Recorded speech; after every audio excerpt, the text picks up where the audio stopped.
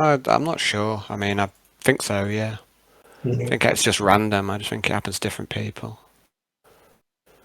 Yeah, it's frustrating. It's like, it can be quite annoying because sometimes it takes me a good while to notice. You know what I mean? Yeah. Yeah, sometimes you don't realise until you glance at the screen and see someone chatting away and you've not heard them or something. Mm. Well, Miko wants to join us. Thanks for the claw. Like,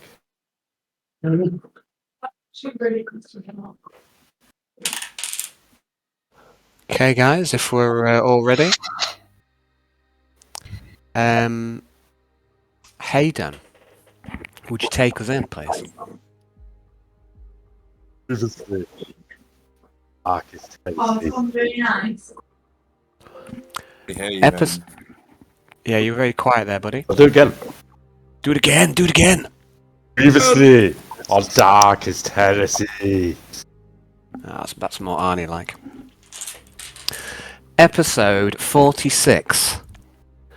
The Wrong Trousers.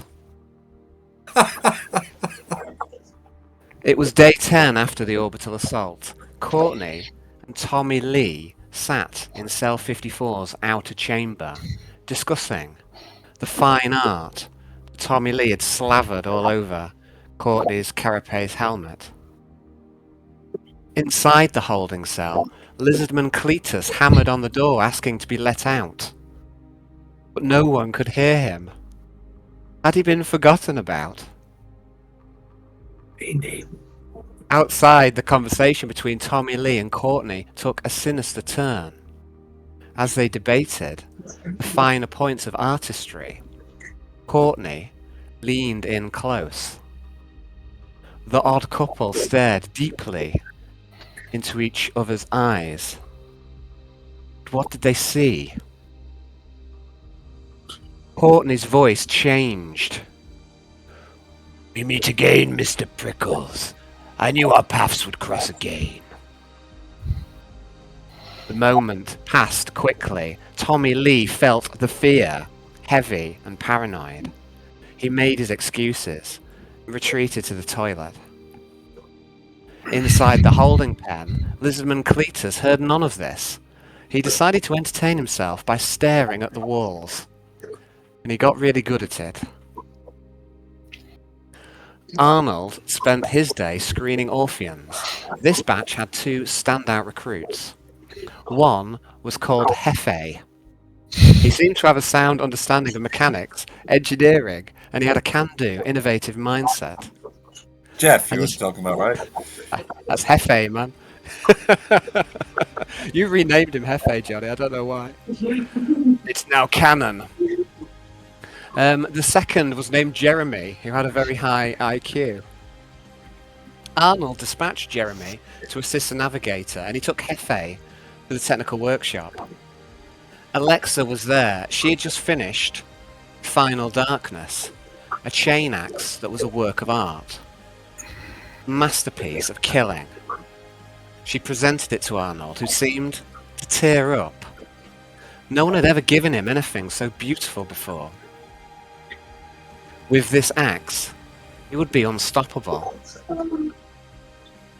Laura Skysinger arrived. She had agreed to source some mesh and carapace armor from the armory for Cell 54. She took Alexa and Arnold there, and as they approached the domain, Quartermaster Dominic Peters, the group were tracked by a heavy stubber turret. Laura demanded the resources from the Quartermaster, and she refused to bribe the corrupt scumbag. Instead, she deployed Lucius's inquisitorial rosette, his symbol of authority. And this cowed Dominic, and he supplied armor of a suitable quality. That night, Cell 53 went to the Crow. Alexa summoned Bodo, and they sat and they planned the schematic for the servitor production facility. Yarn sat with Jagannatha, and they discussed making his new apprentices safe from demonic possession.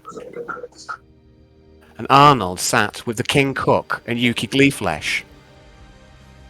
Horace Horatio Butterfield was deep in his cups. Brandy Lee Cobson, aka Quintius Tarquinius Vespus III, brought Growler to the bar, and they listened to the soothing fiddle of Billy Cobb. She plied Growler with drink, and hoped that she would be drawn deeper into the conspiracy. But that was not forthcoming. And then she changed tack, and asked after her quarry, a plain-faced man with blonde hair. She got a name, Derek Snyder. It was a perfectly good name, and she got an idea of where he was based, at the 4th section of the Port Macro Cannons. It was enough to work with. That night, Arnold slept fitfully. His dreams were troubled. Eric Icebreaker was there, and told him that he had messed everything up. His oath, the Morkai, was not one that he should spurn so lightly. And then he dreamt of refugees ridden with plague. He dreamt of a cage and a cauldron filled with fetid, corrupted soup, thick with hairy meat. The cauldron containing this filth was embossed with the 3 interlinked circles, the symbol of the god of decay. And then he dreamt of Nurse Anastasia, whom he fed to a monster. Again and again his nightmare shifted until he woke clammy, his heart racing. He grasped for the demon axe, Phobos. But it wasn't there. The next day, Cell 54 made the natural progression. They laboured into the mutant cell, turning it into a distillery, and soon they would go into moonshine production. Meanwhile, Cell 53 sprung their trap. Alexa had stayed at the technical workshop, ready to aid if required via the terminal there. Alexa had too much to do, too much to craft and construct, and too little time. Arnold and Yarn took the food cart out to the port batteries. Brandy Lee abandoned her post and went looking for Schneider. And when she found him, she wasted no time, promptly seduced him, dragging him off to a nearby toilet block. Brandy could be quite charming when she set her mind to it. Arnold and Yarn hurried after, pressing the foodstuffs quickly away to whoever would take them. They tried to move casually, hurrying nonetheless. Was the departure of the 4 noticed or remarked upon? At the toilet, things turned heated. Brandy Lee and Schneider tore at each other, kissing passionately. It seemed to go on. It seemed to go on for a long time. Where were the others?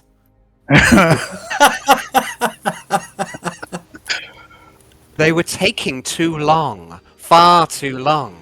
Brandy Lee started to worry as things got more and more heated. Derek got more and more familiar. And then he realised that these were the wrong trousers.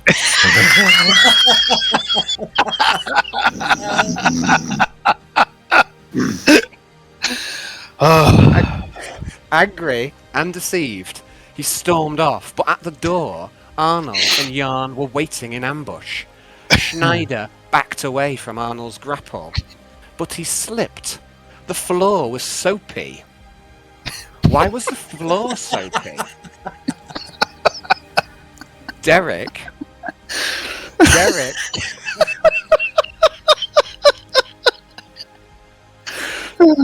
cracked his skull. It's a perfectly sensible game, guys. I won't take this seriously now. Derek cracked his skull on the floor, and in short order, Arnold had him trussed up like a pig for slaughter.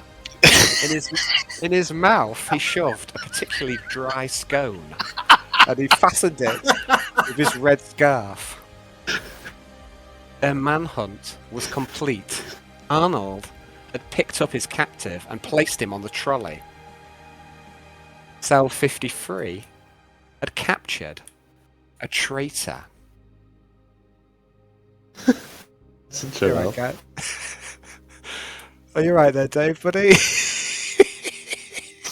It's the fucking scone. It finished me off.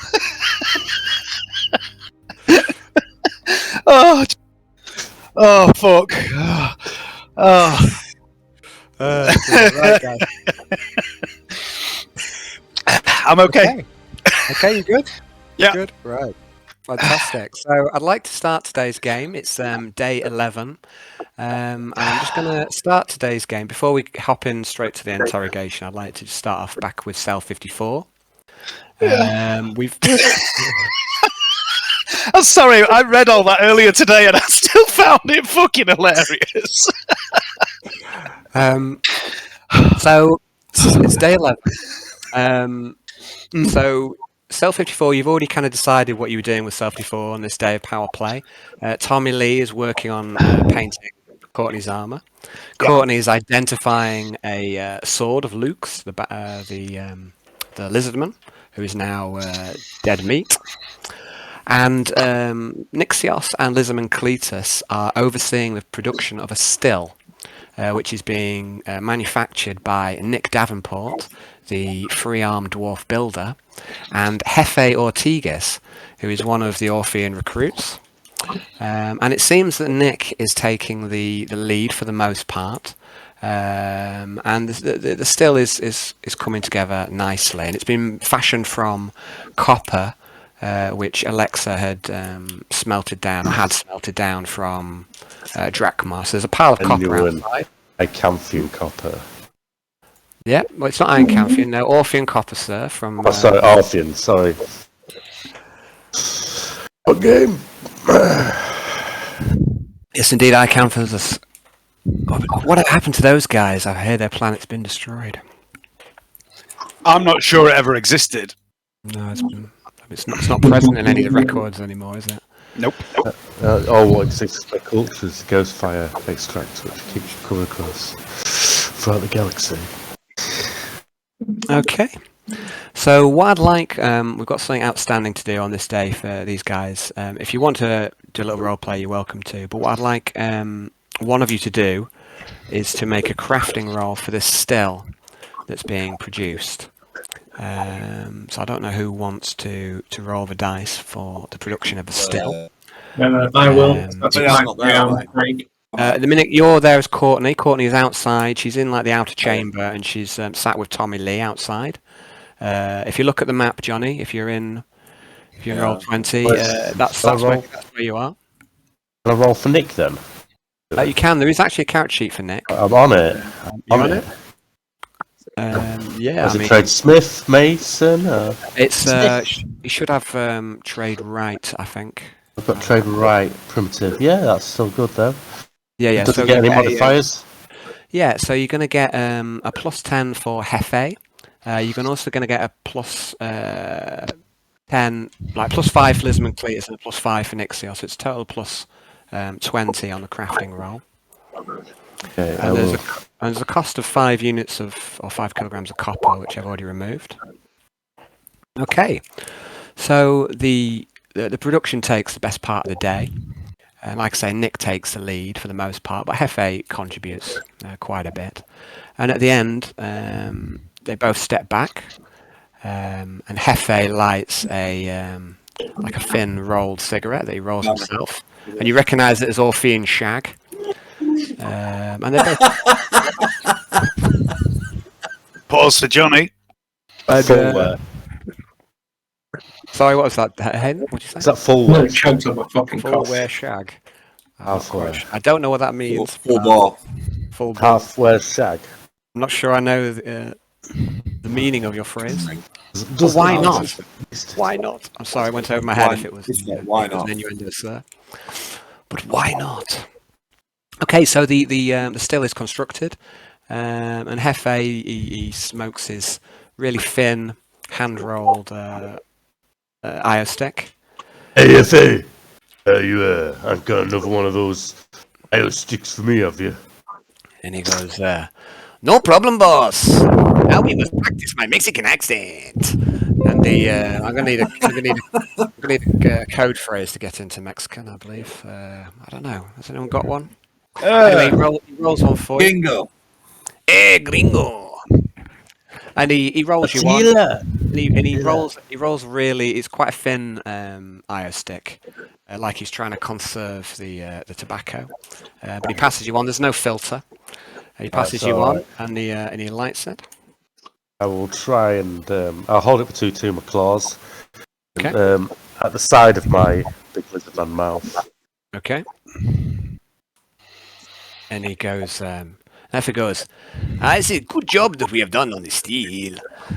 And he nods at Nick Davenport, and he says, "You have done well." Thanks. I feel like I've learned something working with you two. It's nice to get back with we all are feeling lads.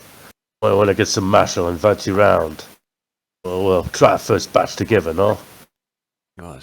Yes, that would be good.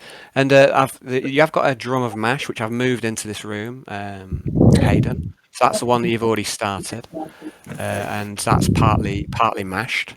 I think it takes 10 days for the mash to complete, and I'd have to check exactly when it was made, but let's have a look. 1, 2, 3. So that started 3 days ago on day 8. Alright, nice. And Hefe turns to Nixios and goes, "Hey, Nixios." Hello, Hefe, what's up? And he goes, "I see you are wanting to go into moonshine production." It'll serve its purpose. He says, "We tried to do this." Sorry, you're gonna have to forgive me a bit, guys. I'm gonna be butchering this accent for some time. We tried to. That's so much better than my own. Do that again, James. Do that again, James. What was that? Say that again.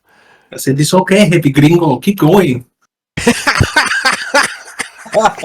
okay. There he goes. We tried to do this in the barracks, and the engineers they as soon as we tried to draw some power, they came straight down upon us, and they knew what we were doing.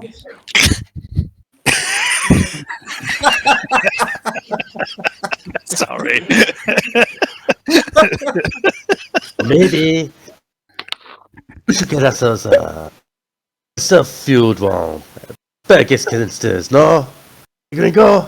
He goes, sorry, I did not understand. I'll try to, yeah. Were there servo maybe stalls I'll hanging go. around where you were, Hefe? And he goes, no. They seem to know where the power is going on the sheep. Yeah, okay. Well, Better think twice before taking the power away from the Inquisitor's chosen men.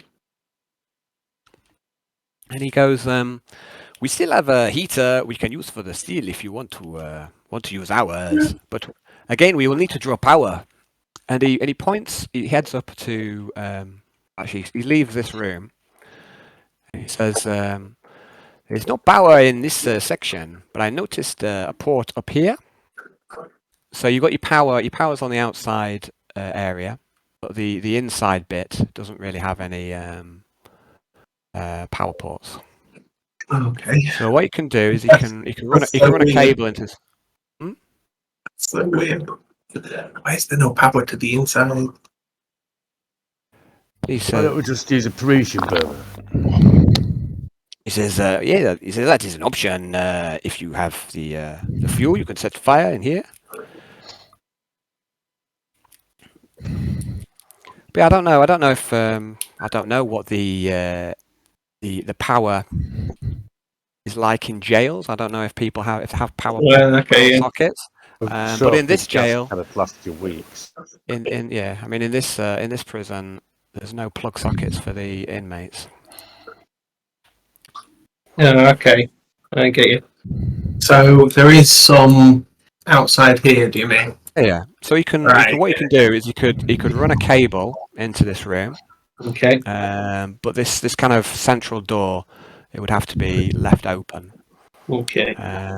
Now the doors at the minute you've got them all unlocked on the inside, but you could put them The inmates, you can lock them up at night if you want. I mean, you've got control over which doors are locked and unlocked, James. So it's kind of up to you how you want to do this. Or you can try and get some kind of, like Hayden says, some kind of heater that runs off fuel rather than runs off electricity. That's another option. But you're going to need something to heat the still up in order to distill off the moonshine. Okay. But for the minute, you've got a still. Hefe says he's got a heater. Or you can try and track down some kind of, I would say, log burn or something. But in general, you don't find much fuel being burnt on board the ship. It's running off the plasma reactor. Yeah. Most things are run off the plasma reactor. How about we get some flamer fuel and run it very, very slightly just to get a little burner going. What fuel was that? So I didn't catch that, Hayden. Flamer fuel. Flame fuel. Canisters. Yeah, That's what I'm us. saying. I think that's us. I think, yeah. I mean, you looted some from. That's a good point. You looted some from the combat mission you went on. So if I have a look at your group loot, I think there's some flames in there. Actually, no. I think that it's not in the group loot anymore. I think Hayden's got it. Let's have a look. Because you took the flamer, didn't you, or did someone else take I it? think I did actually. You look good. Yeah, you've got hand flame and you've got 3 canisters of promethium. I'll present my little hand flame with 3 canisters. So we could run it off this in case of emergencies. Yeah, and he goes, yeah, that will work. But if you want to go into larger scale production, and his eyes light up a little bit, you're going to need a more permanent solution. God, my Mexican accent is awful. We're gonna need a more permanent solution. We are going to need a more permanent solution. There we go. Better. You'll get there. Okay, it takes a long time. Every new accent takes. Yeah, they're better, mate. Okay, so we've got a heater then off this geezer. Right, so what we need to do then is maybe have a little word with our friendly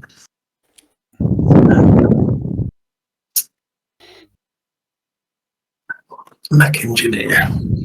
What's that?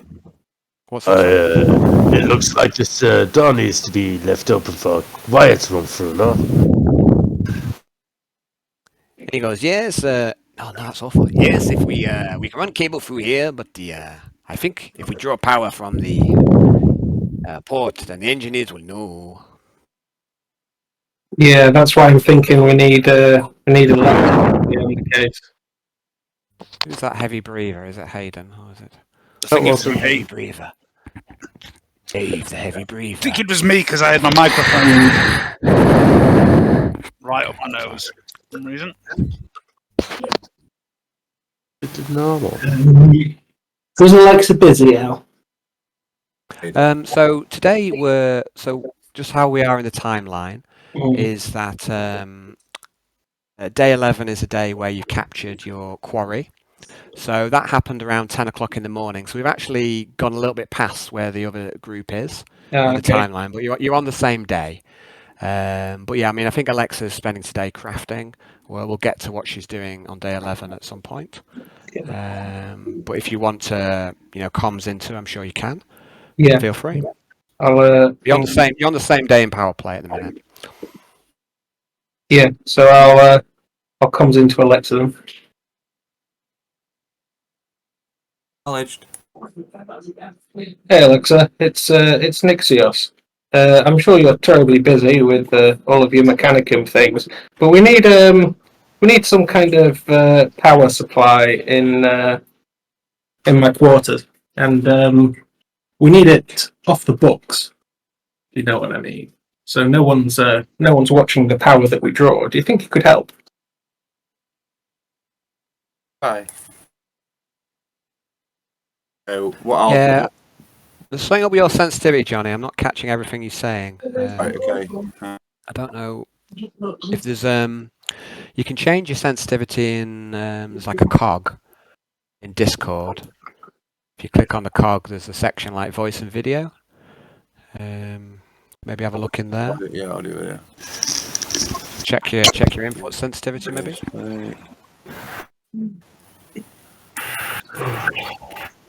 Unfortunately, I'm not catching everything that you're saying. Sometimes I hear you just fine, and sometimes you're cutting in and out. Master music.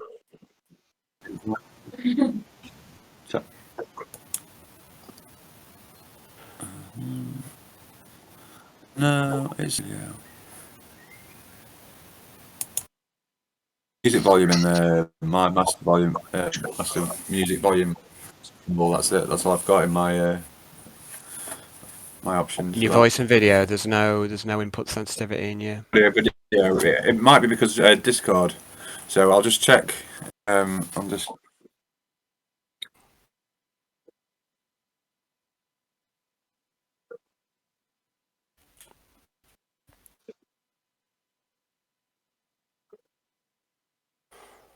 Yeah.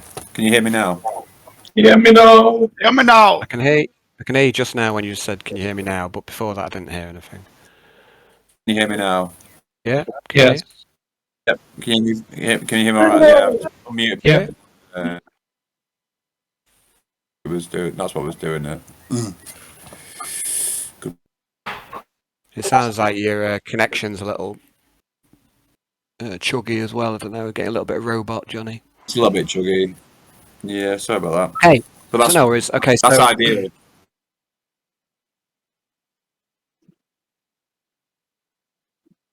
no, again, Right. I think I so, okay. So let's just see. So Nixis has asked you to draw. He wants some power and he wants it off the books. So that is something that's within your kind of capabilities to do. Is that something you'd like to try and set up for him? I'd like to try and do that. I'll be like, what purpose?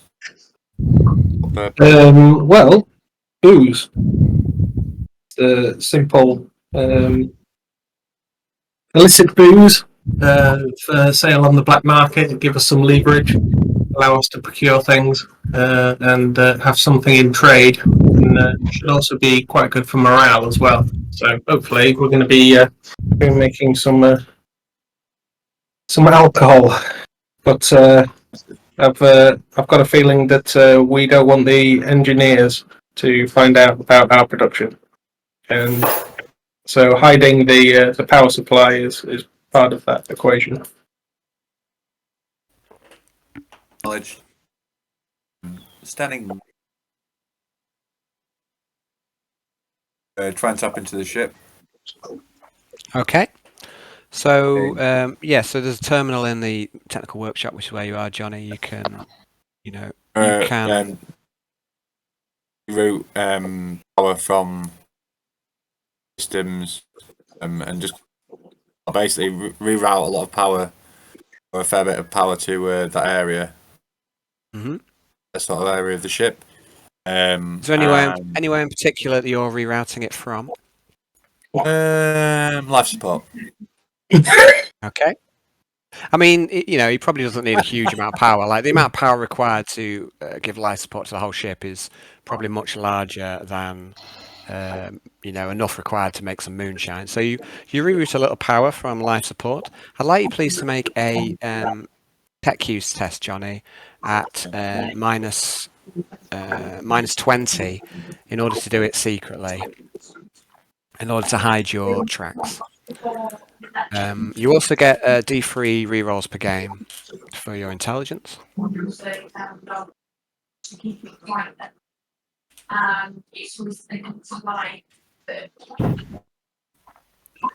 can you make a tech use test, please, Johnny?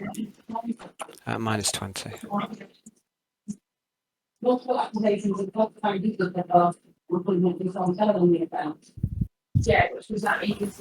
use of test.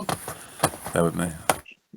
No worries. I've literally got German army and all over my fucking keyboard. Okay. Still painting the nurses, Johnny. Use.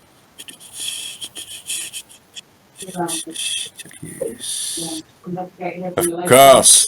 What else these days? Take these. And -20. Yeah, I got loads of motorbike and sidecars. They're fucking awesome. Just cool. really doodly little things. I've been getting shelled to fuck by artillery, and I was like, how can I take out this artillery without wasting points on artillery?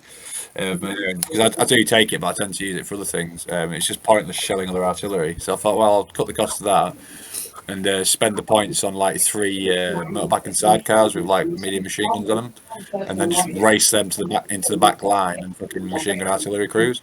So that's their plan for that. But the models themselves, I got them from Perry Miniatures, and they're fantastic. They really are good. So yeah, I'm certainly enjoying painting them. I got this grass effect stuff, foliage effect from this place called Green Stuff World, and they do loads of really, really cool stuff. Fucking awesome. Like, I was like, wow, like just the quality of the quality. Yeah, I've passed. Quality of the foliage. What you call army builder? Is it army builder? One sec. Army painter. Army painter do nice grass effect bits and bobs as well. Yeah, they do actually. I've been. I do get a bit of stuff. I do get a bit of stuff from the clump foliage that you can see bases, tufts and stuff, and I stick them onto the bases of my guys, and it looks pretty cool. It's just easy to apply. You stick it down, it's there. You know what I mean? It's as good as gluing it. Glue it down, and I usually work around that with like sand and stone and whatever else I'm going to use. But I've just been applying loads of. I've done my roll anyway, Al. Yeah, I've seen it, mate. I'm just waiting to finish nattering and then I'll get back on with the game. Oh right, sorry, yeah. Yeah, it's all good, man. Like I say, it's everyone. We'd like to have a natter, obviously, because it's like maybe first. You know, we're not always. You know, it's just like an opportunity to hang out, isn't it? So I don't mind when people want to have a natter. Just waiting to you to. No, I'm basically just adding foliage to all my tanks and stuff like that, just to make them look like sort of fighting. And it looks really, really cool. Like, looks really, really cool. I'll have to post a picture on the Dark Heresy thing, just to show you the sort of thing. But it's really enjoying it. I'm starting to come to life a bit now. Obviously, research the history of anything that I'm sort of painting, or sort of delve into it a bit more, just to get a bit more idea. And I'm going to be doing using them guys. I've basically got like a recon force. One force rushing for an objective, and one force has like one unit of infantry and one light vehicle that starts off on the objective, and then all their everything else comes in on reserve. So it's like it's gonna be fucking mental. But yeah, I'm looking forward to playing that. So it's gonna be really, really cool. Really enjoying it. Cool, man. Yeah, it's good fun. What's next? Okay, sorry, Al. All right, guys. It's all good, man. Like I say, it happens all the time when people want to have a little natter. It's all good, man. Right, so so Alexa, you are confident that you've managed to reroute some additional power from life support to Cell 54's chamber, and you think that you've done it in such a way that it won't be easy for the engineers to track down where the power is going. They might well be able to do it if they have a full investigation, but it's you think you've done a good job at hiding it. So you think you've done a successful operation there. Okay, so Alexa has done as you asked, Nixios. Hefe goes to you and he says to you, Nixios, and he goes, "Hey, Nixios, I wanted to ask, could I bring my cousin? His name is Rodriguez. He's very good with moonshine. I think he would like to be involved." I can already make moonshine, boss. What was that? I think Clee's saying you can already make moonshine. Yeah, I'm like trying to muscle into my territory. No. He's there. He'll be there to help. See, your fiends, they are keen to be getting moonshine up and running. What do you think, He's my Lucas? cousin. He's my Want he's my want a bit cousin. of help? Hayden's in 2 matters. I love putting these things on Hayden. It's like he's been offered something. His instinct is to refuse, but now you can see the mental dance that goes on in his mind now. So what's it to be then? So you've got a couple of options there. You can either let him bring his cousin in to assist, or you can try and keep it to yourself and keep it, not involved. But No, your cousin can stay there. Good enough at the moment. okay, I'd like you to make a fellowship roll, please, Elizabeth Cletus. Fellowship.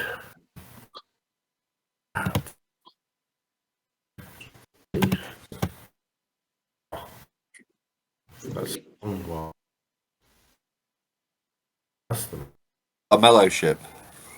a mellowship. Yeah. Right, mellow. 20. Oh, you might have some bonuses towards fellowship tests with Orpheans. I think you might be a peer. Let's have a look. Reputation. Yeah, wait a second. Back. No, actually you don't. Strange enough, you don't have any benefit. I'm going to change that. I think you should have something to Orpheans, Hayden. Oh, thank you. It just gives me I've a got it. minute to reload my screen. I'm going to give you +5 for Orpheans. +5. Oh, it's 9. Thank you. And then a plus nothing. Make all the difference. Usually does. Alright, I just jumped off screen for some reason. No worries, man. You do it! Okay, so you know, on another day you might have said this quite harshly, but you're pretty good, with Hefe, and he doesn't seem to take offence at the fact that you've rejected his offer of help. And he goes, "Hey, it's fine. I thought you might want to. Oh God, this accent. I thought you might want to go into big scale production, but it's okay. But the offer is there. I leave the offer on the table." Oh, well, if you say big scale, yeah, bring him in. He goes, "You changed your mind already." And he goes, You forgot to say that. Well, shall we see how we get on with this first? And then once we've approved production, then we'll consider scaling up the operation. Let's use him. Let's not use him. Let's use him. Let's not use him.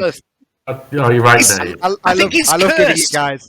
I love giving you guys decisions to make. Anyway, he goes, "Hey, it's fine. The offer is always there." Yes. You're right, Dave. I think he's a cursed cousin. If you use him, you'll grow an extra head. Dude, I love giving you guys decisions. 4 arms, 2 Lots of heads. decisions. Okay, so so you're not gonna let him bring his cousin in for now. And No, this is fucking He's Nixius' not been- bedroom. Fuck out. Fucking Mexican. This is actually Good, really this is actually Luke's bedroom. This one. Oh, is it? That's Luke's bedroom. If you look at Cletus's bedroom, he's got the nice duvet and pillow set in there. Can't ignore him. You're right, Davey. Sorry, it's just it's fucking dark heresy, and you've just used the phrase. If you look at Cletus's room, he's got the nice duvet and pillow set. No, it's like a dollhouse. But honestly, this is all stuff that you've done yourself, right? You know, like Johnny brought in the fucking pillow and duvet from her room. You know, I know. Ivy It's was just, a witness. So it's It's this is all stuff that you've done yourself. It's like it's just preposterous. I know it's like. Dear. Anyway, so it's Darkest Heresy. It's time to play. Let's get preposterous. Decorate your jail cell. Preposterous heresy. Anyway, it's very different. It's very different to your game, isn't it, Dave? Welcome to Decor Heresy. That's a nice duvet, mutant. Catalog. Make a catalog use test, please. Yes. You've leveled up Speed in your fittings. feng shui. You've leveled up your fitting skill. Okay, so right, so Patience test. so the still is up and running. Hefe said he'll get you a heater. You've got the power routed to the place it's hidden. Is there anything that anyone else would like to do in Cell 54 on day 11 that you've not already done? You've already done your power play options, but if there's anything else you want to do, I'm shall sure. shall we move on to Cell 53? The gross of And my, then- my food. Of course you can.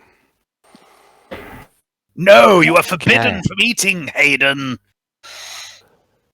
Okay, so where are we? Is this where we are? Verboten. Okay, so we're going to go a bit earlier into day 11. We're going to go back a few hours. And we are going to be in the toilet block, which is Brandy Lee's favourite toilet block. The soapy floor.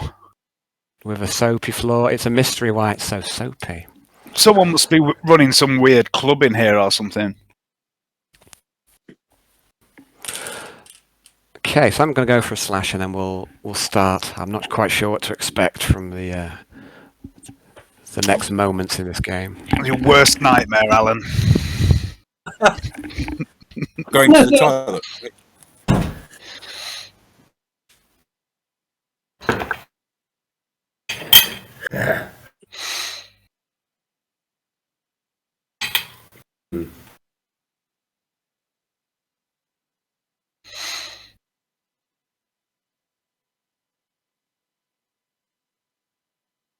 Systems. An idea with these. This. I've got a horrible feeling that this guy is the wrong guy. I think, after all this fucking about trying to find him, I think I've got the wrong man. Hilarious. It doesn't matter. I'm still gonna fucking go for it.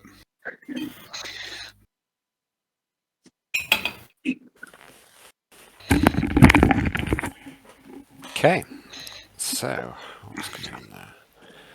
Alexa. Yeah, I'm just going to have a quick look at Johnny's... Oh, nice. That's some nice foliage. Looking good, Johnny? Yeah, you get it in like this clump format. You get like a box of it in this clump, and you can just tear bits off it. And Uh-huh. Yeah, it's pretty neat. it's cool. You can put it on bases and stuff of like your models. And stuff. Okay, guys, so we are now in a toilet block. I would like for Arnold, I'd like you to make a survival roll at plus 40, and this is to test the skill of your hog tie that you've got Derek in. Okay. You've tied him up. I'd like you to make a roll for it. So plus 40 survival, please. I'm doing this.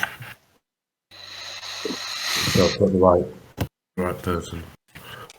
No, I always click on the top one first. There it is. One with a picture of got it. Survival? There we are. Plus 40, yeah. I didn't say that in the UBD, man. Okay, so you've got him tied up, and he's gagged. He's hog-tied. He's placed onto a food trolley. So really, my question is what are you doing? Right. First of all, I'm gonna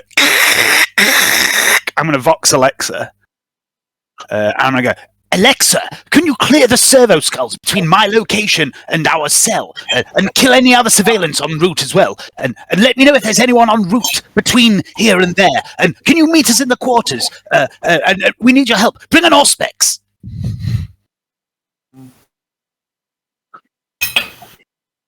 We'll do what I can. Okay. I'm gonna keep one server skull recording all of this entire incident. So, Just fucking determined to get me killed. That's all your end game is, isn't it? what? Okay, so like you, Johnny, I'd like you to make a series of tech use tests, please. So you are going to. I'm not Clear going the to do that, corridor. David. I'll clear the service calls. I'm just fucking. So you fucking want you, to? David. You're gonna. So it's not far between. Where are you going? Sorry, in between here and your chambers. Is that Yeah, right? I'm not sure where we are, so I'll tell him the Oh, yeah, location it's of not far. wherever we are and to our quarters. It's not far in between the two places. So Alexa, I'd like you to make a tech use test at +10.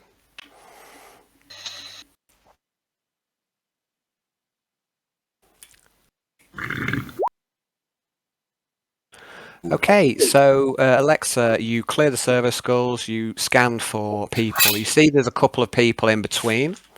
I'll re-roll that if I can. couple people- Oh, actually, that is a pass, Johnny. You have passed. You don't need to re-roll it. You can re-roll. But like I said, there's no need to. I was just going into pass speech. So Right, yeah, go for it. yeah. So you've you clear the server skulls and you detect there's a couple of people en route in between the two locations, and you can relay that to the others. So there's a couple of people standing talking. Okay. Alan, I've just seen my survival skull. Can I re-roll that with a fate point? If you want. Bad. Having that. Survival plus 40. Yes.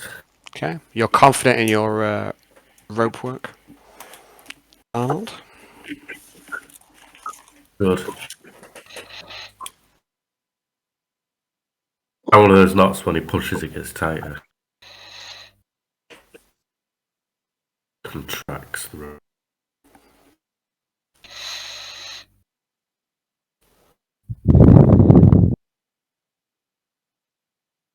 Is there a way? Is it just one level on this trolley? There's a couple of levels, but there's no tablecloth, so you wouldn't be able to hide him on here. But there are multiple levels. I'm going to chuck him on the second level and chuck my apron over the sides and get the other two to walk the other sides of the trolley. Okay. Disguise it as best as I can. Yeah. You still think? Back in a minute. Oh, okay, back in a minute, I guess. So Quintius, Alexa informs you that there are a couple of people in between here and your cell, but she's cleared the servo skulls. But there are a couple of people who would need moving out of the way. Okay. Right. I'm gonna She go. Arnold. reports their location to you. Mm-hmm. Okay. Arnold, Jan, get him back to our accommodation. Get him tied to a chair, preferably in the bathroom in case it gets messy. I'll range ahead. Run interference. And I'm going to trot off in the direction of these people. Okay. So, yeah, I mean, it doesn't take too long to reach them. There's just a couple of crew members who are sat. Well, not sat, sorry. They're stood talking in the corridor. They just seem to be socialising. You walk up to them. Yep. Are they armed? No, they don't appear to be armed. Okay. And I'm going to say to them, I'm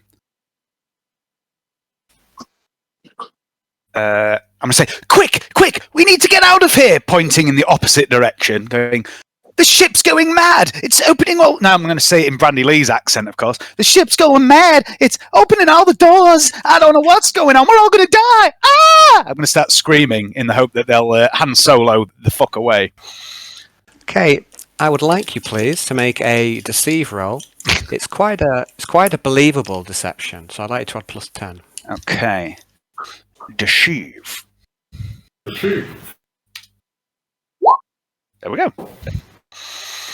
Okay, you see a look of panic register in the two crew members, and they don't waste any time before they start moving quickly in the opposite direction. Yeah, your deception seems to be totally believable to them. Okay, I'm going to run after them, screaming, but not running very quick, so that they eventually get away from me. And then I'm gonna Arnold, Jan, the path is clear. Okay. Yeah. So We're gonna look at Arnie, and then we're going to fucking run with the truck. Scuttling down the corridor. Mm-hmm. okay. So you get back to your... trolley and I'll propel us with telekinesis. Frivolous use of power. Okay, so you get back to your room. You should have control over the trolley and Snyder, I think. Let's have a look. Okay, you have control over Snyder. Let's just see. Controlled by all players. So you should be able to move a trolley and Snyder. If you want. As you walk in, you see that Jeeves is having a nap on the couch. Okay. How dare you, the lazy bastard. Right. I'm going to, while they're getting him secure in the toilet, I'm going to go over to Jeeves and just gently shake him awake. He goes, what? What? No, I haven't cleaned it. No. And he looks up in his eyes. He goes, I'm trying to remember what Jeeves' accent. He goes, oh, yes. He has a very posh accent, doesn't he? Very, yes, my lord. Okay, so, he's seen you in this disguise, hasn't he, Dave? Are you with us, Dave? Dave is frozen in a smirk. Yeah, my Discord's just kicked me out. Hang on. I'm just trying to get back in. Always, mate. I'll wait a second for you. Okay, so Arnold, you're taking him off the trolley and putting him on the bog, is that right? Yeah, well, yes, I'm also going to open the lid and take his trousers off. Okay. Little weird. Head to the pipe above. It didn't and take... leave him bottomless on the toilet. It didn't... The only reason is that we don't need dirty, wet clothing if he pisses himself. It didn't take very long, did it? I haven't done anything terrible, but when he wakes up in that state, he's going to panic. Well, so he's awake. He was stunned by cracking his head, but he's definitely awake. He knows what's going on. So, Jan, can you put yourself where you want to be on the map as well, please? What we're interrogating is got to degrade him first. How is it going to work? Right. Here we go. Okay, so that's where you are. Jeeves wakes up. And goes, yes, he is. Hello. So let me just, Dave. Did he see you in your get-up? Because he helped shave you, didn't he? Did he see you in your disguise? Does he know about this? I can't recall. He must. I mean, I put it on when I was in here, Yeah, but okay. yeah. And he goes. I'm trying to just give us a second. I need to get into character. And he goes. She says Shaven Haven. Shaven. He goes. Sir, I've not seen you in days. Are you okay? I'm absolutely fine, Jeeves. Don't worry about me. Why don't you take the rest of the day off? Perhaps go for a drink or something. Go check on Melissa or whatever. You know, just make yourself scarce for an hour or two. And he goes, yes, of course, sir. I mean, it would be good to speak to you for a moment when you have some free time, of course, on the matter of Melissa. Absolutely.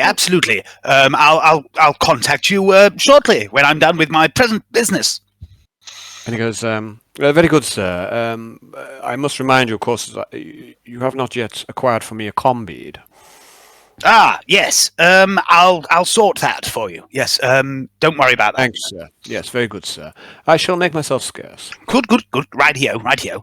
And while they're tying him up and all that, Well, I've had a rethink about how I want to deal with him. Actually, Okay, so I'm not going to strip him on the toilet. I'm going to hog tie him still. he's still leave hog-tied. him. Yeah, still hog tied, but leave him so his legs and his things and his dangling face first with his arms and legs tied behind him, dangling off one of the shower cubes with the scone in his mouth still. Okay, so you're basically hanging him up on one of the showers. Hooking him up. In his on the hang showers. tie. Okay, so you've got him hung up. I'm not Jan's in changing there his as well. robes. Are you I'll leaving leave- his trousers on or not? I'm leaving his trousers on and I'm leaving the scone in his mouth. Okay, right. Okay, guys, you've got Derek Snyder at your mercy. What's he doing? while I wait for Alexa to get here, I'm going to get changed. And I'm going to put on Obadiah's clothes, and I'm going to clean myself up a bit so I don't look as much like a a woman. Maybe not to get all the makeup off, but make an effort to clean myself up a bit. Okay. Okay. Yeah. Alexa, Alexa? So are you coming to the chamber? In the last session, you wanted to spend your day in the workshop, and so you didn't go with them. You've been asked to come with an Auspex. Are you doing so? Are you leaving the workshop? Send a minion with it. Okay, you're just gonna send a minion. Okay, yeah, you can. There's one of your team, Niall, who's not doing anything at the minute. You give him the Auspex, and he'll head over. He'll walk over and deliver the Auspex. But that'll happen in time. Okay. Okay. Well, I realise I've not got a Niall token, and I'll sort that out. Okay, so what are you doing, guys? You're getting cleared up. What about Arnold and Jan? What are you doing? I'm just swinging Derek on the head. Well, I am going to remain out the way, to be honest. Armand, he's already seen us, hasn't he? Yeah, he's seen you. You're waiting outside. So, and I think he must know, how he's been rumbled, because, he tried to recruit you. This is the guy who tried to recruit you. And you determined his face through the prescience and the soothsaying ritual, and you've engineered his capture. So I'm afraid you've already been, shown. It's not necessarily going to do him any good, but he knows the score, really, doesn't he? Mm-hmm.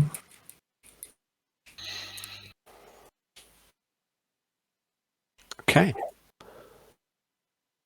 So is anyone doing anything in particular, or are you waiting for... I'm waiting for Quinty, since he's our interrogator.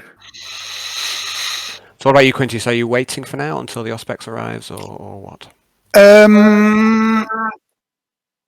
Yeah. It won't take that long, will it, surely?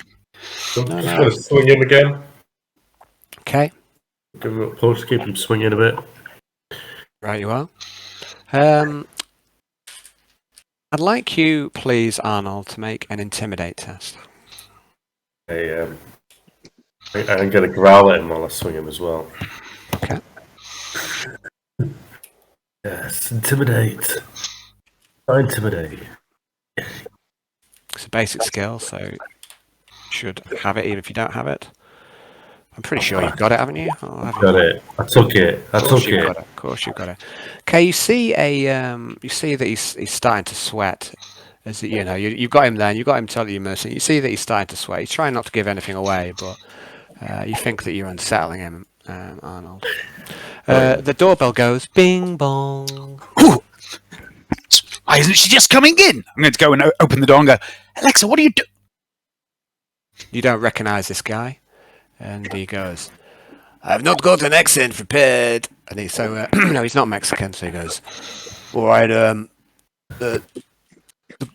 Alexa asked me to bring you this, and he offers you up the Auspex.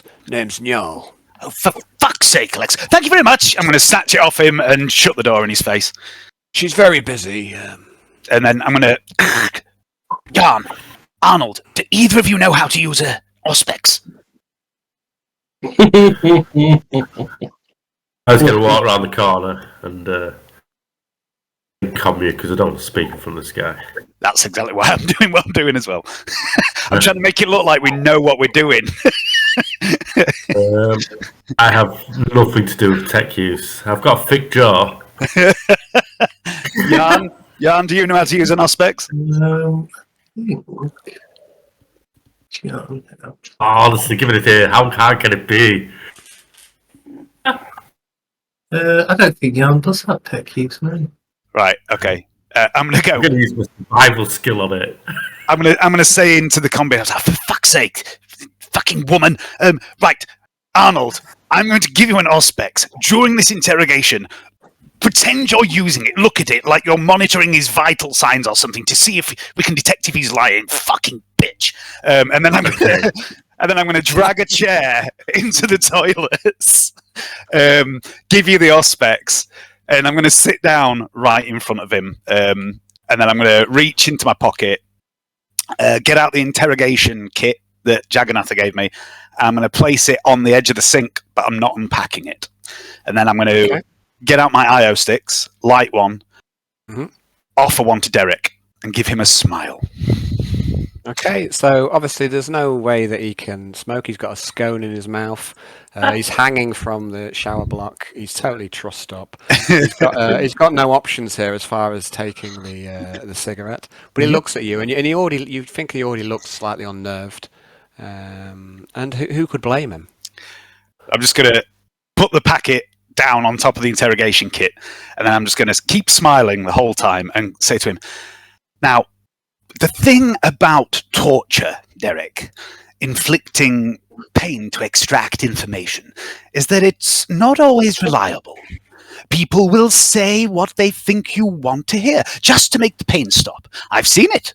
When I was a boy, my father brutally violated one of our indentured servants, repeatedly, over many, many days, for destroying an antique vase. The lad denied it, again and again, and it wasn't until my father had peeled his testicles and expanded his... Do you know what a bishop's tree is, Derek? It's sort of a cone covered in spikes with a little handle, and you wind the handle and the cone opens, and quite effective at making people talk. Anyway, I don't have a bishop's tree, and I don't have several days.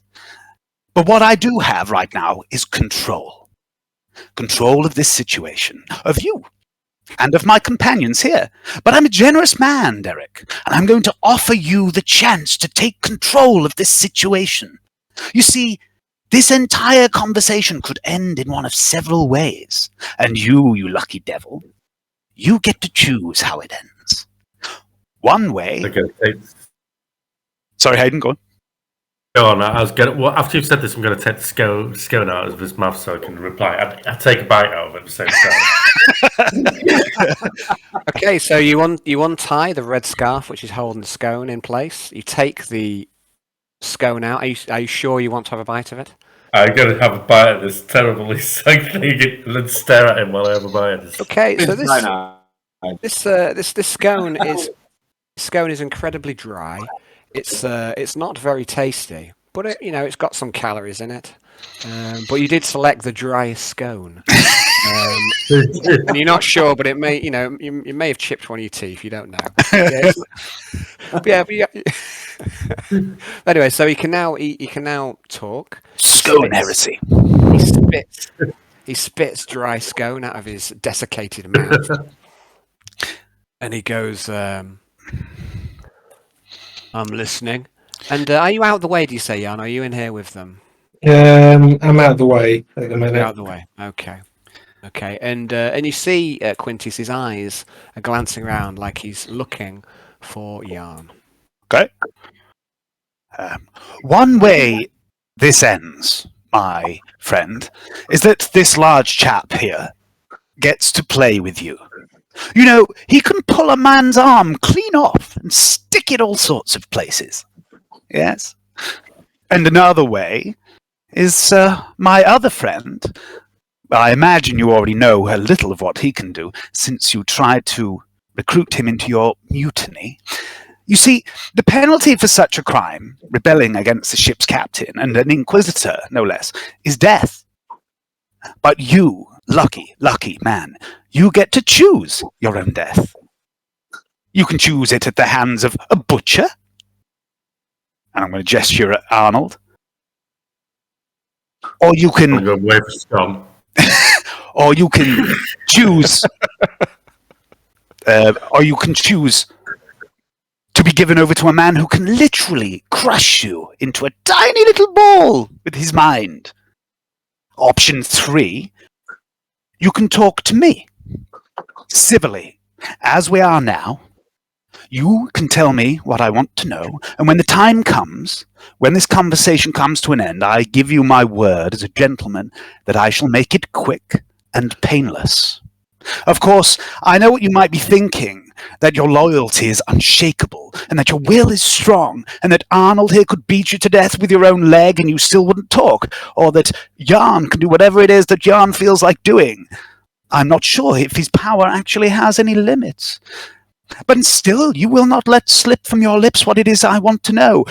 You think you can resist all these horrific experiences, and so you have nothing to fear from me, no reason to speak at all, and you might be right. But I know this, that there is another on board this vessel, and he never fails to learn what he wants from his guests. And as much as it would hurt me deeply to give you over to him, I will.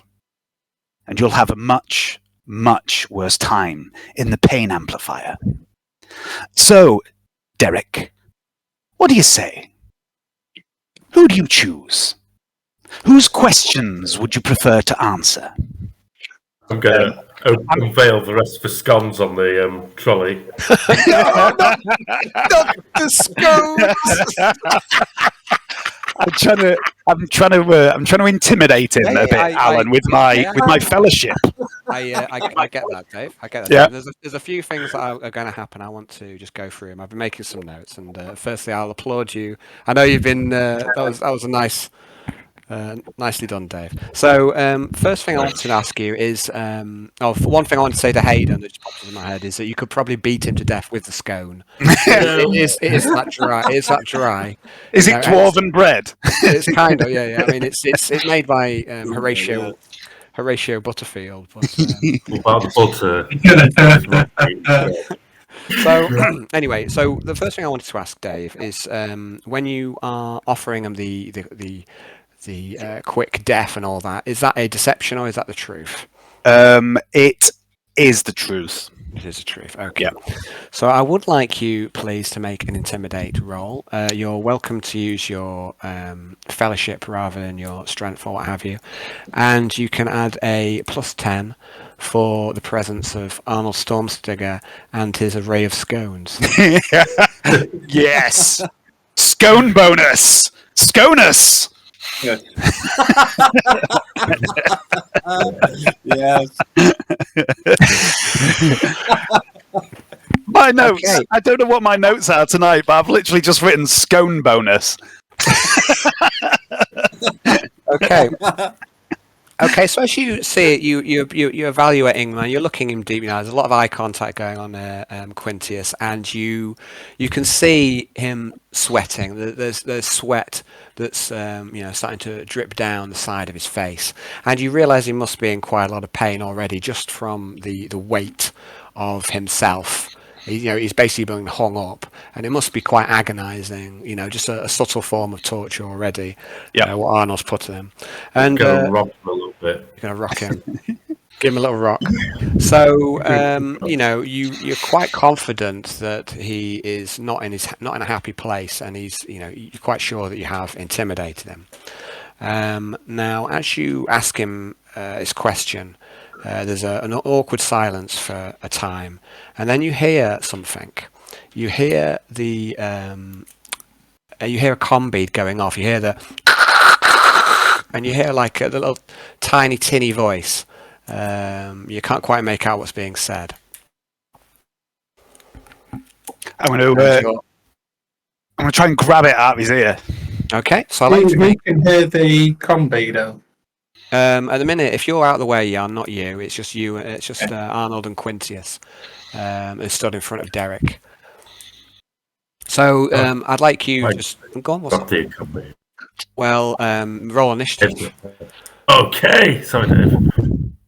If it's going to See be if like, we if it's don't going to break be like, his head. it's going to be like this between the two of you. Roll initiative. So yeah, Jan, you're not that close. You can hear Quintius talking, but you're too far away to hear the comm bead. Is that just initiative or agility? Initiative. So it's seeing who Initiative button. it's seeing who goes the fastest. It's the initiative button. Yeah, you can press the initiative button. It's D10 plus your agility. I find the initiative. No, I ain't even clicked myself, don't I? I'll just do D10 plus 4. Right, D10, then it's plus 4, whatever it says. No, oh no! Hey, Quintius, you're quicker to the comp piece. You don't need to make a roll for it. You snatch it out of his ear, and you hear that someone's trying to communicate to him, and you also realise, you look a bit closer, that he's got two comm beads. So one of them seems to be standard issue, and you're not sure where the other one's from. But it's the one that's not standard issue that it seems to be communicating or trying to communicate to him. It's the non-standard issue one, did you say? Yeah, it's someone's trying to communicate to Derek. Did I... How long did I spend with him in the Crow? You didn't spend any time with Derek in the Crow. You spent a lot of time with Growler, who you think is in league with this guy. Oh, right. Growler, it was Growler you asked about him, and you got his name and you got his location. So it was Growler who's your... Yeah. So how long have I spent with this guy? Really, just the time. I mean, you captured him, let's say 10 o'clock in the morning. It's now, let's say 11 o'clock. Okay, right. You've spent a little bit of time with him. You don't know him too well. You're just getting to know him. All right. Okay. I'm gonna pop that combead in my ear and listen for a moment. It says, "This is Chief to Wingman. Come in, Wingman. This is Chief to Wingman. Come in, Wingman." Okay. I'm gonna take it out and turn it off. Okay. So you turn off his combead. Mm-hmm. And and obviously Derek sees all this. I will say you haven't searched him at all yet, really. I don't know if you'd like to do that. I shouldn't really prod you guys, but you just, you found his extra combead. You never said you were searching him. Yeah. Right. Anyway, so that happens. You take the combead out, and he and Derek speaks, and he says, what does he say? He says, "Look, you've obviously got me at a disadvantage, and you're right. I could take an easy way out. I don't want to die. No one does, but everyone dies, and the way I see it, we can choose the manner of our death. I've got nothing to say to you people, apart from to ask you to reconsider. There's still time for you to pick the right side. You're following the wrong Inquisitor. The Inquisitor you are making your allegiance to is a heretic. You still have time to join with Spinebreaker. You still have time to pick the right side. I beg of you, step back from what you're about to do." Okay.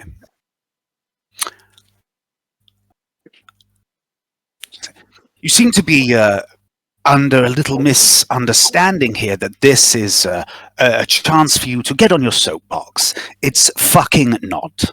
You're going to tell me what I want to know. And I'm going to draw my mono knife. Mm-hmm. I'm going to say, first of all, we already know you are part of a network of traitors aboard this ship. We know you tried to recruit Yarn to your cause, and we know you serve this Spinebreaker. We've met him, and he tried to turn us against Lucius. We laughed in his face, and Arnold killed his horse. But what we don't know, and what you are going to tell us, is how many of you there are aboard this vessel, who you report to, and what you are planning. So please, when you're ready, I'm all ears. Okay, there's a pause, and he looks you in the eye, Quintius, and he says, "Derek Snyder, gunnery loader, 2nd class, Gamma 4, 8 Epsilon." Right. I'm going to go, right, well, I guess, actually, you know what, fuck it.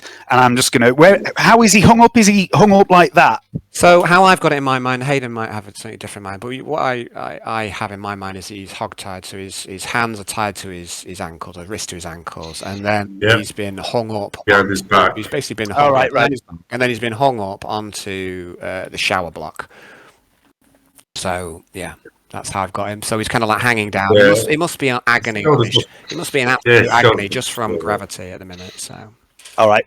I'm going to, with my knife, I'm going to stab him in the shoulder, and then I'm going to punch him right in the mouth. Okay. So you're going to start softening him up then, with the mono knife in your fist. Mhm. So you're going to start physically working him over. Okay, when I see him get the knife out, can I just stop him for a second? Yeah, of course you can. So Arnold puts his hand on you. Are you good cop, Arnold? In which case he's fucked. Yes. You do this, and I'm going to push on the base of his back, and just push down a little bit, so his arms start. You can hear his sinews start tearing his arms with the weight on him. Okay. Just apply a little pressure for it. All right, I'm going to go. So in that case, I'm going to go, oh, well, it looks like you know what you're doing better than me, Arnold. You didn't have to suffer, Derek. I gave you a chance. Remember that. And then I'm going to get my knife and I'm going to cut one of his fingers off. I'm going to break it first, then I'm going to cut it off, and then I'm going to go, someone else have a go. I'm fucking bored. I'm off to see Melissa, and I'm just going to leave. Oh, no. No, you do it, Dave. You do it, Dave. No, that's what I want to do. That's what I want to do.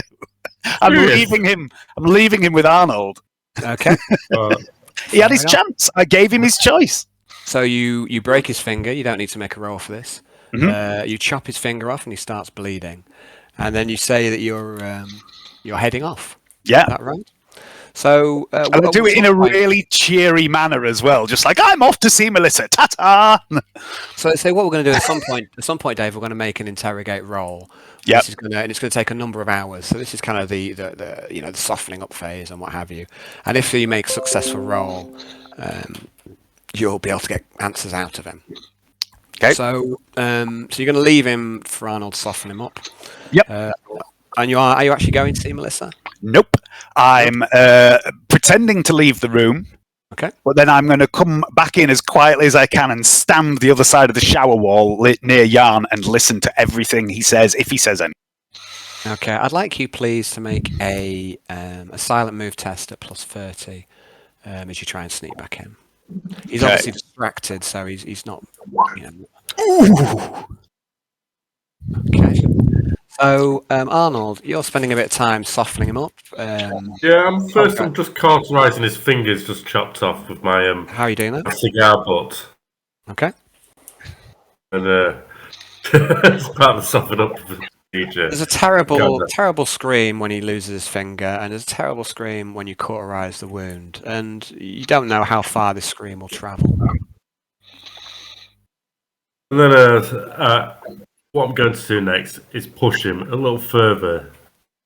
Just apply a little bit more pressure until you can feel his arms starting to slip out of joint. Okay, so yeah, I mean, you start working him over, and if you persevere too far with this, you'll probably end up breaking his arms or dislocating his shoulders, that sort of thing. I'll just take him to a point, and then laugh and swing him again. Jan, what are you up to? What are you up to while all of this is going on? I'm not going to say anything. I'm just going to break him. I'm just listening. Just gonna listen. You've got nothing you want to do or say it while this is going on, or you're just hanging about. But you're not forced to do anything, but you've got the option there if you want to.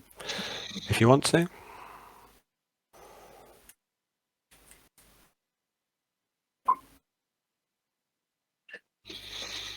Well, while Leon's listening, I'm going to start saying stuff to him. Yeah, I'm just listening at the moment. Joe's going to listen. No worries. Well, feel free to jump in if you do want to do anything. Yeah. Okay. So, what are you saying? What are you asking? I'm going to be like, "You want to tell me who your friends are?" And I'll give him a swing and see if I can swing him all the way around the shower head.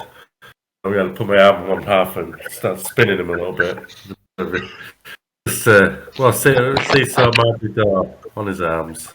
Okay, so you're working his arms over. I don't think you can. I don't know if you're asking me whether you can do him a 360. I don't think that's. He's a bit. No, that's not. Yeah, you can. You can definitely. You work him over some time. That's just speaking. And he's obviously in a lot of pain, but he's trying to resist saying anything. So what we're going to do. Whose lips saves ships? And he goes, And when in his more pained and anguished moments, he goes, "You're heretics, heretics!" I'm going to lift him up a little bit. Just to relieve his arm pressure. Just hold him up a little bit. Just lift his belly up. Okay, you give him the sweet release, sweet mercy for some time. Does he sigh? Of course he does. I mean, it's obviously, you can't hide the fact that he's in a lot of pain, and and to take the weight off of his shoulders and arms is obviously a Tell me huge when relief. his face goes. Tell me when his face relaxes. Sure, I mean, it's pretty much straight away that he feels. I'll leave it 30 seconds, then drop him onto his arms again. Okay, so we're going to fast forward a little bit because this section of time takes D5 hours for an interrogation test. So I'd like, Dave, you're the interrogator, I'd like you to roll a D5 for how long it's going to take as you're working him over, and then we're going to make an opposed willpower test against Snyder, and we're going to see how it goes. So the first section of the interrogation takes 3 hours, and this is mainly Arnold, griefing him, giving him respite and then griefing him some more while you're waiting. You're just waiting away. After a couple of hours as well, I'll probably make a noisy re-entrance to make it sound like I've come back. Yeah. Okay. So you return. Arnold's been softening up for you. Jarn's just stood there as well, keeping guard. So what I'd like us to do, is to make an opposed willpower test for the interrogation. Okay.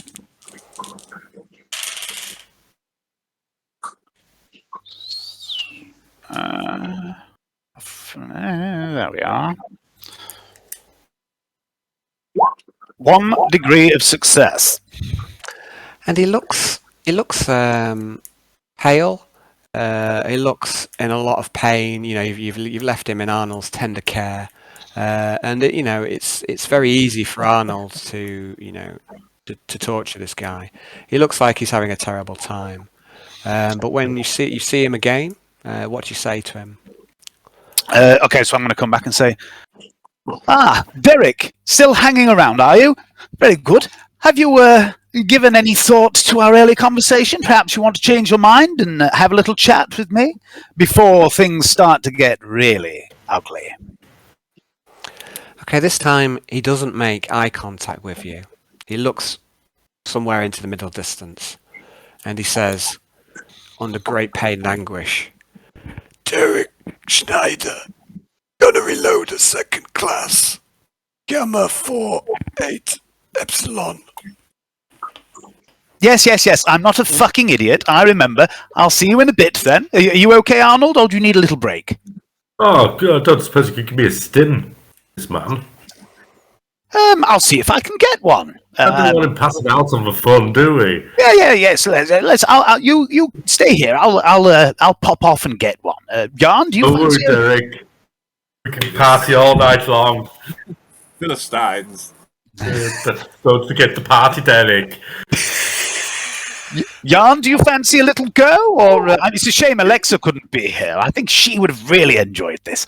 But I'll be back in. I have to say, I have a lot of respect for Johnny, because Johnny's going off crafting, and he's doing his duty, is what he's doing. He's being a little craft bot, and I think that is the best use for him, as well. He's a crafter. He's really specialised in making stuff. Good army of servitors. Yeah, they won't build themselves, will they? These servitors, eh? So we'll come to you in a minute, Johnny. We'll come to you in a bit and do I'm your crafting away. Don't worry about what Alexa's doing. We will come to your bit in a time, Johnny. It's just They certainly won't. okay. So Judgment Day's come. So let's just get straight what's happening on the next. So the first section of the interrogation, he's not ready to crack yet.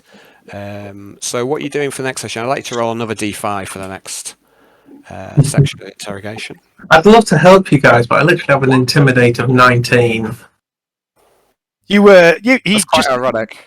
You don't need to. Yeah, it is really. You don't need to intimidate, but there must be something you can do to Hell, Crush is all your knackers. fucking mental powers you've got, you must be able to fucking, I don't know. James Have you not Trout- got psychic stench? You like to watch.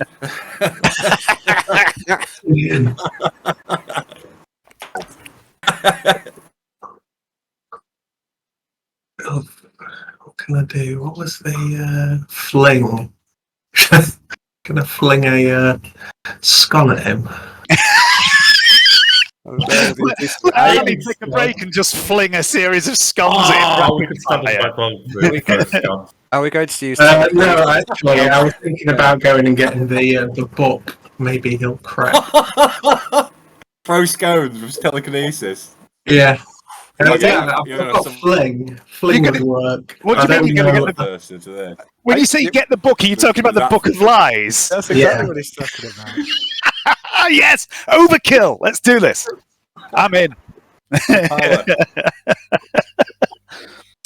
Okay, guys, tell me what you're doing. You're into the second phase of the interrogation. He's not cracked in the first, so let me know what exactly you guys are doing to progress this. I'm going to leave them to do whatever they want while I go to the infirmary and see if I can get some stims. Okay. I'm going to go get the book. I'm going to place Spot on the wall with a scone while it's tied to the showers. Okay, so let's go for a few things. So you going ahead off and to try and get some stims. I'd like you to make a charm roll with a good Dr. Festus to see if he's happy to give you some. Or some stims or anything else. I need to find a way of wording this without making it obvious. Stims or something that might make someone more open to suggestion. And I'm going to give the doctor a wink. Okay. The doctor doesn't pick up on your inference at all, but he is willing to give you some stims if you can pass a fellowship roll, Dave. I can't. I'm going to use a fate point on that. You may have modifiers with Dr. Festus. Oh, I think I have. Yeah, I don't think it'll be that much though. So, but just keep that in mind. Let's have a look. Yep. Because you saved his cat, so I would think. Reputation. Here we go. Quintius. Yeah, I think you're that's on plus 5. plus 17 with Dr. Festus. 17. He saved his cat, man. Yeah. Tried to steal it off him as well. Okay, so there we go. So you used your reroll. Mhm. And he says, "Oh yes, stims. Of course. I mean, they are a short commodity, but please take 3." Cool. And he hands you over 3 stims. Nothing is too much for you, my good man. Don't you worry, Doctor. When we get to Ridge Station, I'll see if I can find you some more or some medical mumbo-jumbo, whatever you need. Yes. We do always need medical supplies, and the more I'm running low on various stocks, if you could please get me some, that would be very nice. Absolutely. I don't know if you know, Doctor, but I have some influence with the Trade Department, so money really isn't an object. If you would like to make a list of anything you need, I'll have my man Nixius see if he can get it for you. Okay, he says, yes, a list. I shall do that for you. Dr. Festus list. Okay, so Yarn, you're heading off to go get the Book of Lies. You head down there.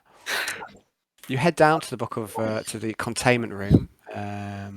Let's have a look at containment. So you've made the book safe by putting it in a little reading room. Where you and Jagannafa sealed it off with like a runic circle. Yeah. So you head to the guards. You've got authority to be here. They allow you in. Are you taking the Book of Lies out of the protected room? Yeah. Oh no! What's happened? Can't really use it as a prop if I don't. Okay. You pick up the book. I'd like you, please, as you take the book out of the controlled area.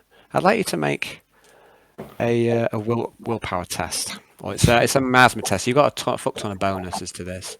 You probably, I forget how many bonuses you got to this one, but I'd like you to make a roll. Let's have a look where your character sheet is. Sure. This might be a shoe in this test, but I want to have a look. Okay, so we've got plus 10, plus 20, plus 23, plus 33. I'd like you to make a willpower test at plus 33. Just a natural 100. Anything but 100. Okay, you pick up the book. It feels dirty and greasy. But you to pick up the book and then you head back. So Arnold, it's just you and quality time with Derek. What are you doing? What did you say you were doing while these two have headed off? I'm using the Scone, one of the bigger ones in the car, and I'm going to be like, just start like trying to kick it into the wall as a game of Spot, and every time I hit him, I get a letter on my game. Yes, him again with a Scone, P.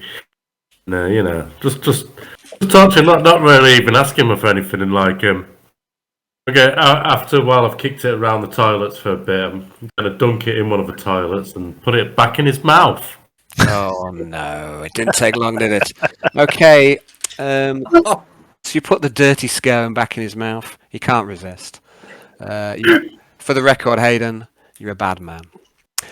So, Yarn, you arrive back with the Book of Lies. Quintius, you arrive back with the He can eat his own poo.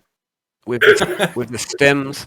I'd like you please to so about an hour's passed. I'd like you please to make another interrogation test. I'm going to give the stims to Arnold, by the way. And what are you doing? And what are you? Sorry, before we make this willpower roll, what are you doing with the book, Yarn, when you head back? Exactly. Oh, I'm going to. And when you walk in the room with this book, Arnold and Quintius, you get a bad taste in your mouth.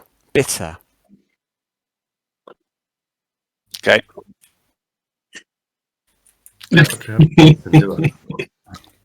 We got the nasty book. I think I can taste Derek's saliva or something. It's been several hours since last we kissed, but anyway. Really tried to eat his scud, have you?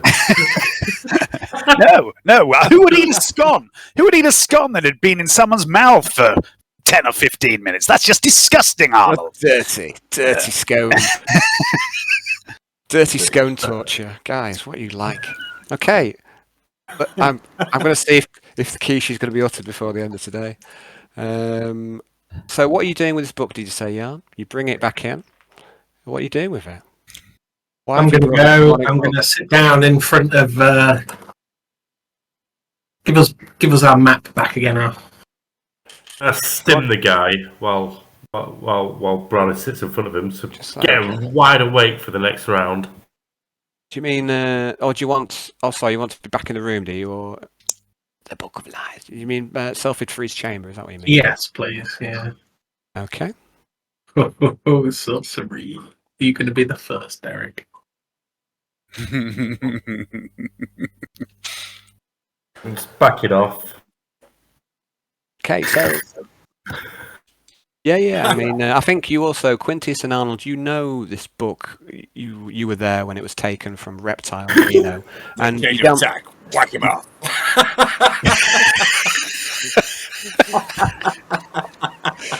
Oh, guys. Brain's not working. Let's try pleasure. And this is how Quintius becomes an agent of Slanesh. Tell me what I want to know. I just want to say that this torture scene is living up to my expectations. So, I would like you, please, Jan, to tell me what you're going to do. I'm going to go sit down where Quintius is. Okay. I shall move so Jan can sit down.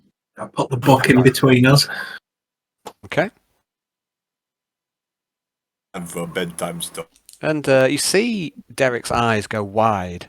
He can't talk at the minute. He's got a soggy scone in his mouth, and he's still gagged with the red scarf. But his eyes go wide when he sees that book. And he looks at you, Jan. This is the first time he's seen you since you got captured because you've been out of the way. And he looks at you, and he's making intense eye contact with you, and he's trying to work out what you're doing.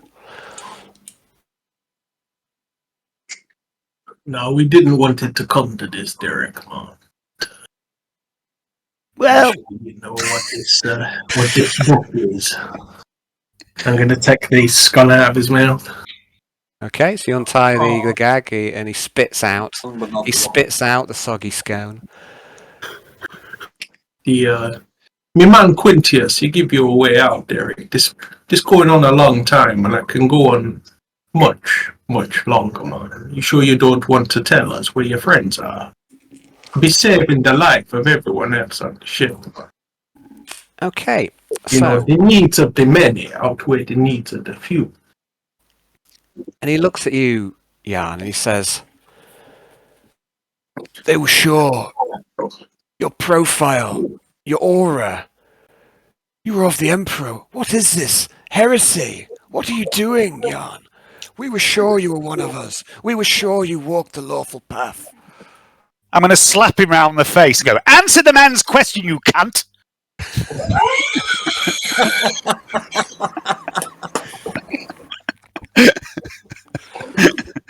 I'm going to dunk another scone ready and wave at him. He's asked you a Innocently. question. He's asked you a question. You know, what are he wants to know what are you doing. He's saying that they were sure that you would.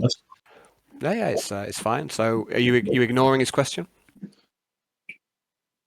A true servant of the Emperor knows there's many depths that he must plunge in order to get the job done.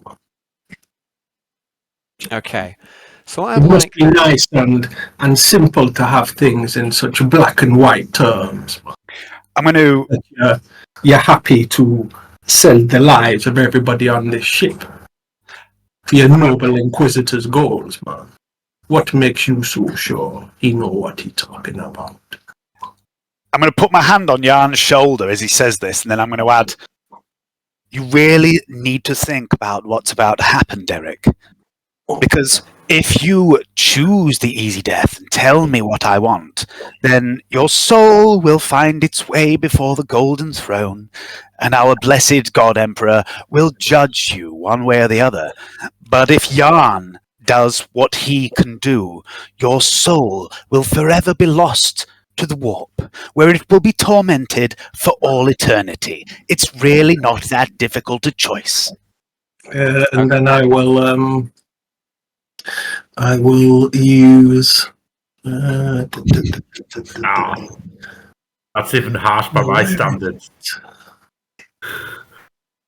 I have to applaud the layering of abuse on poor Derek.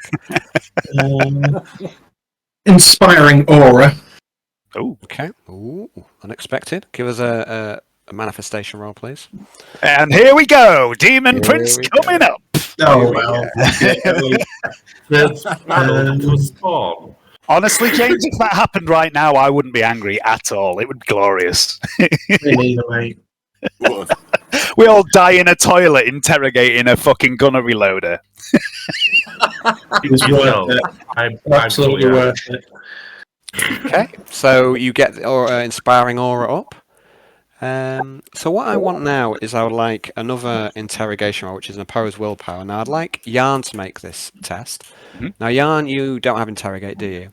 I don't know. So I'd like you to. It's testing at half your willpower, but I'd like some modifiers to make. First of all, I want Quintius. I'd like you to make another intimidation roll for your threatening of his soul, his eternal soul. So that seemed to land with him. Okay. Going after his body is one thing. Oof. I'm going to fate point that. Okay. Because it was so close. Oh, fuck me. Okay. So unfortunately, you're not going to get a benefit for that, even though it was a good speech. Unfortunately, it's not going to actually give you an in-game benefit. But you do think you're giving him you do think you shit him up a bit. So, Jan, I'd like you to make this interrogate roll. It's testing at half willpower, but I would like you to add, please, a +10 for the assistance of your colleagues and a +10 for the Book of Lies, which is this totally overkill prop that you brought into this torture arrangement. I'd like to make an opposed willpower test with Derek, please. And that's how they fell to chaos. Can I use a power that should not be named?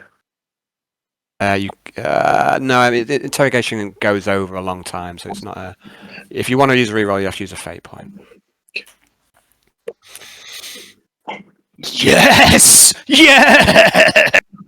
Oh, hang on. So that's sorry. I just realised that you can't.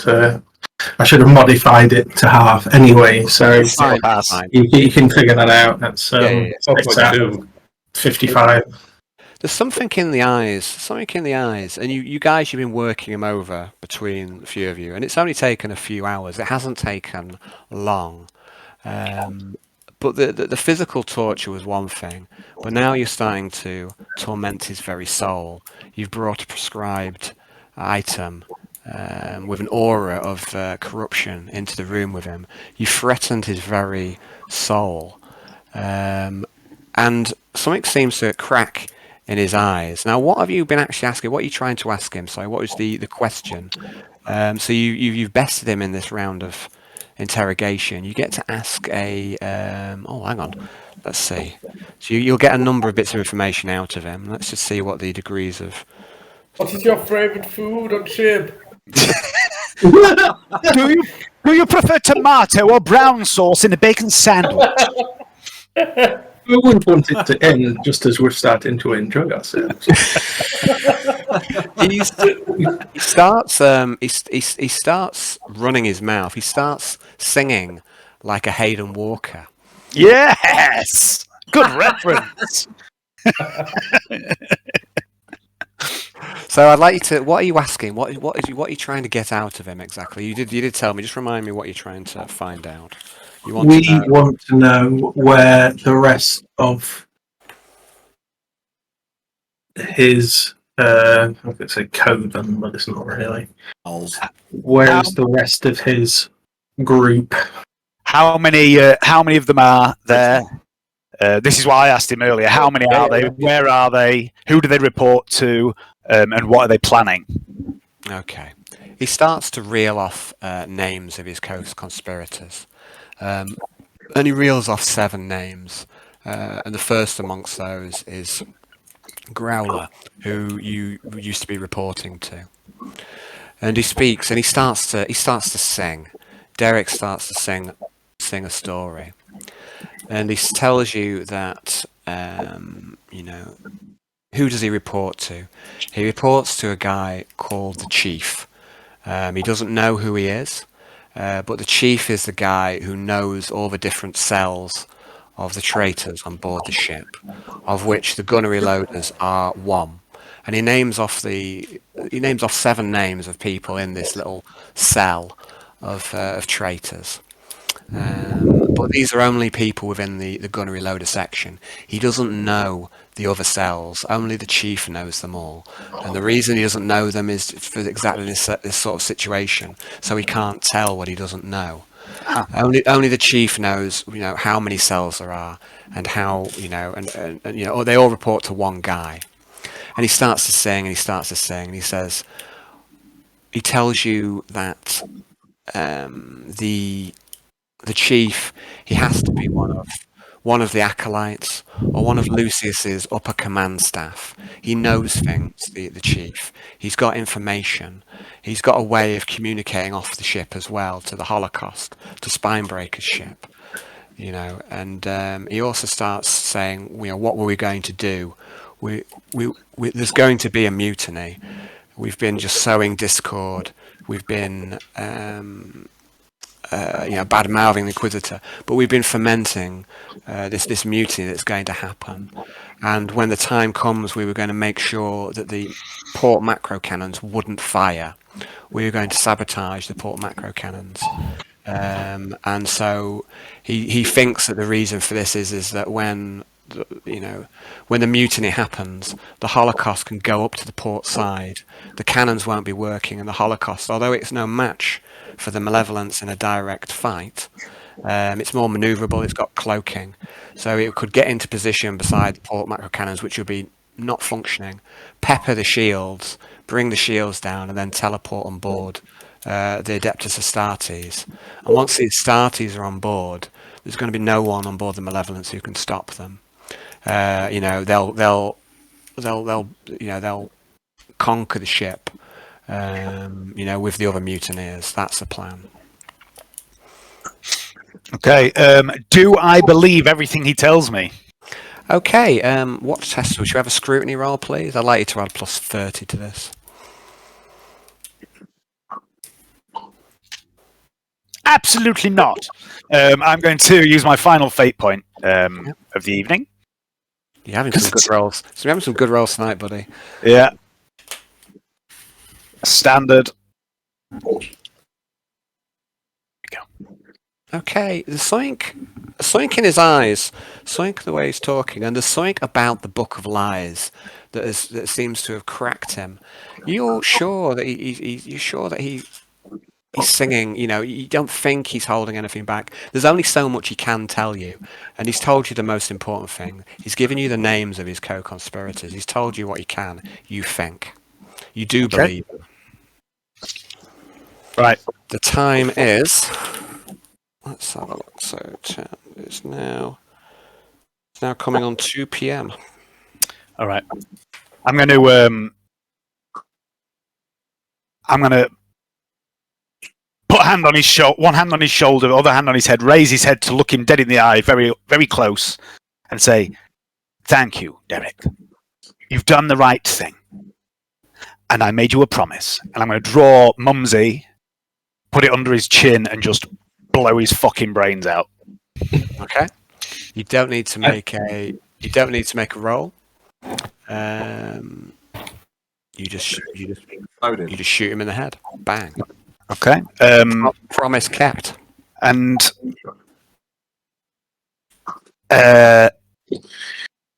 Right, now me take this nasty book away. James, you genuinely surprised me. That's what I love about this game is that I can be genuinely surprised. It's like it's not taken long for you to jump into the chaotic path, James. I applaud you. I'm also going to say, just before I shoot him, I'm going to say, Derek Snyder, in the name of our Lord and Master the God, Inquisitor Lucius, I hereby sign your death warrant and commend your soul to oblivion. And then I'm going to blow him away. Okay, well done. So, Fuck that guy. Maybe.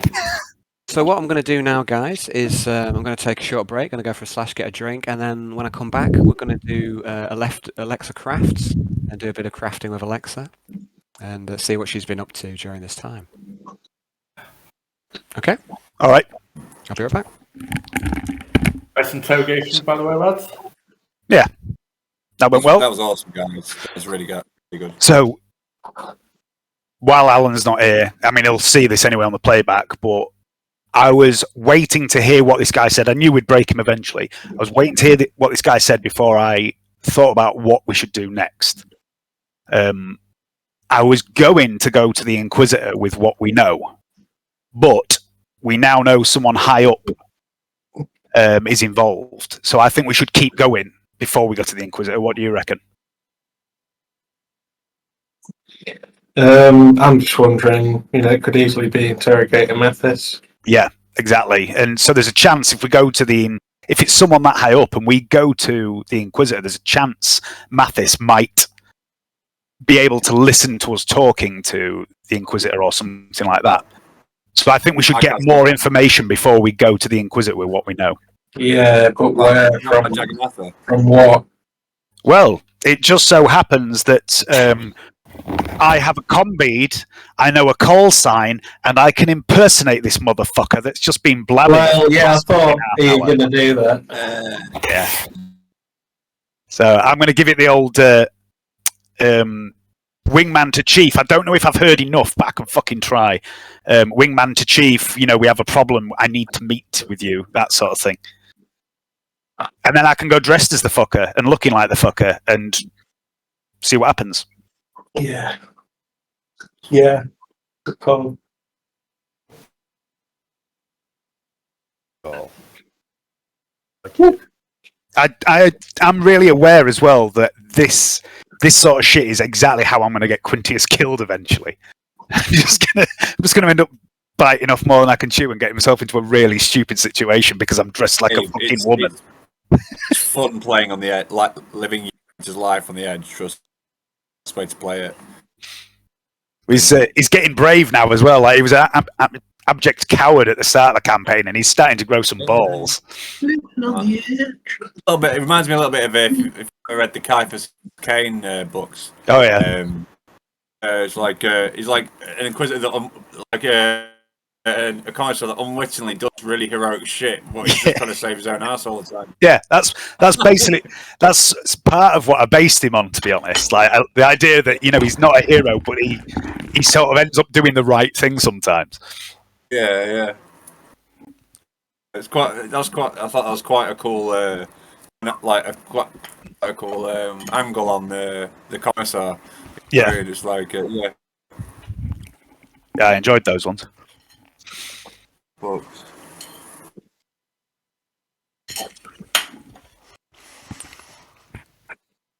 Okay, I'm back. Okay, Well, I'd say that was not what I expected in most ways, but yeah, it was a nice little scene. That's probably the torture scene that I've enjoyed the most. I normally don't enjoy. I'm very aware. I was very aware of what you've said in the past, Al, so I was trying to keep it clean, so to speak. Yeah, well, I mean, it wasn't clean, but for whatever reason, I didn't mind that one too much. But sometimes, like, I don't like. I'm not a great fan of torture porn, really. No, well, if it had got physical, that was the next step. I wasn't going to start describing stuff. I was just going to be like, I'm going to get the fucking interrogation tools out and start using them, and that's all I wanted to say. Hayden got a bit close, but he didn't make me say quiche. So we went. He reined it in. So anyway, guys, so I'd like to Alexa, can we do a bit of time with you, buddy? You've been sat out. Hopefully, you've not been. No, I've been enjoying it. It's been good. I'm sort of painting anyway, like doing hobbycraft at the same time, so I'm not bothered. Yeah, like what we're gonna do. So my jobs list. Okay, so we were drawing up schematics before. Oh yeah, just recap. No, I'll give a recap, Johnny, because there's quite a bit going on. So first thing, like last night, you were in the Crow with Bodo, and you made a start on designing the servitor production facility, which has been one of your main goals. So you finished producing the chain axe for Hayden, and you've been focusing on that for quite some time. You've been spending day after day after day on it, and you did a pretty much perfect job, and it's done. The item's done. So the next thing on your list, or seemed to be the next priority you had, was to design this servitor production facility. So a couple of things first. So you spent a few hours designing it with Bodo last night. I also want to know where you slept last night. Are you going back to Bodo's room, or are you sleeping separately? Are you fucking Bodo? That's what I need to know. Before we move. On. Okay, that's fine. We don't need to dwell on that. That's yeah. But discreetly, obviously. So yeah. So I mean, he's got his own room, so you don't have to go back to the chamber with the others. In a professional capacity. But yeah, I mean, you get the impression that Bodo is quite besotted with you, Alexa.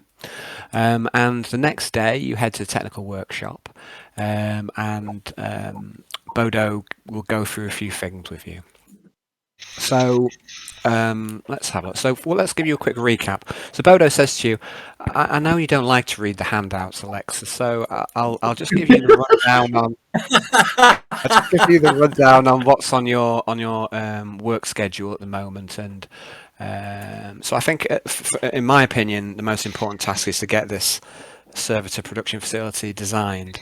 And once that's done, we can leave the engineers to do most of the setup. But I'll just go through this list for you. So, and he brings out the data pad. So every time you've got a new task, it's been added to this list. So I'll just edit that. So let's have a look. We've got. I'll skip through the completed stuff. So outstanding tasks then. Some of these you might want to abandon. They may not be as relevant to you now. But everything that you've ever decided, I'm going to have a go at this, it's gone down on this list. So the first thing on the list is upgrading the fated bone armor. So this is something that Yarn crafted. And he crafted it from his own bone vest and from leather from a crocodile. And he made this primitive armor that is also quite lucky, and there was talk about upgrading it with mesh weave. That's never been started. It's obviously never been that big of a priority. Quintius asked you to do some work for him. He asked you to modify his sword stick cane. He wanted it to be improved. I think he made a little handout as well, which I can get at some point. I think he's got like a wooden walking cane that he'd like it, the sword stick cane putting into, I believe. Yeah, like make a sheath out of the cane and add the Yeah. helix as a Yeah. I've got I do have a handy thing that he's done at some point, if I can find it. Where are we? Because you literally sent me what you wanted to do. Yeah. Where did that put it? There we go. So I've just put this is the handout. This is what Dave prepared. So this is something that he wanted you to have a look at some point. But again, that one's been parked. And because the chain axe took a good chunk of time, it was a big project. But it's finished now. Some of these other projects are quicker ones. So this is what he wanted to do. Alexa, I don't know if you can see this on Roll20. He wanted you to kind of separate his sword stick cane and hollow out another walking staff, and then kind of convert a walking staff, which he's quite fond of, and convert that into the sheath for his sword stick cane. Yeah. So next on the list, if I carry on, I'll just hold on a second. Something very important here.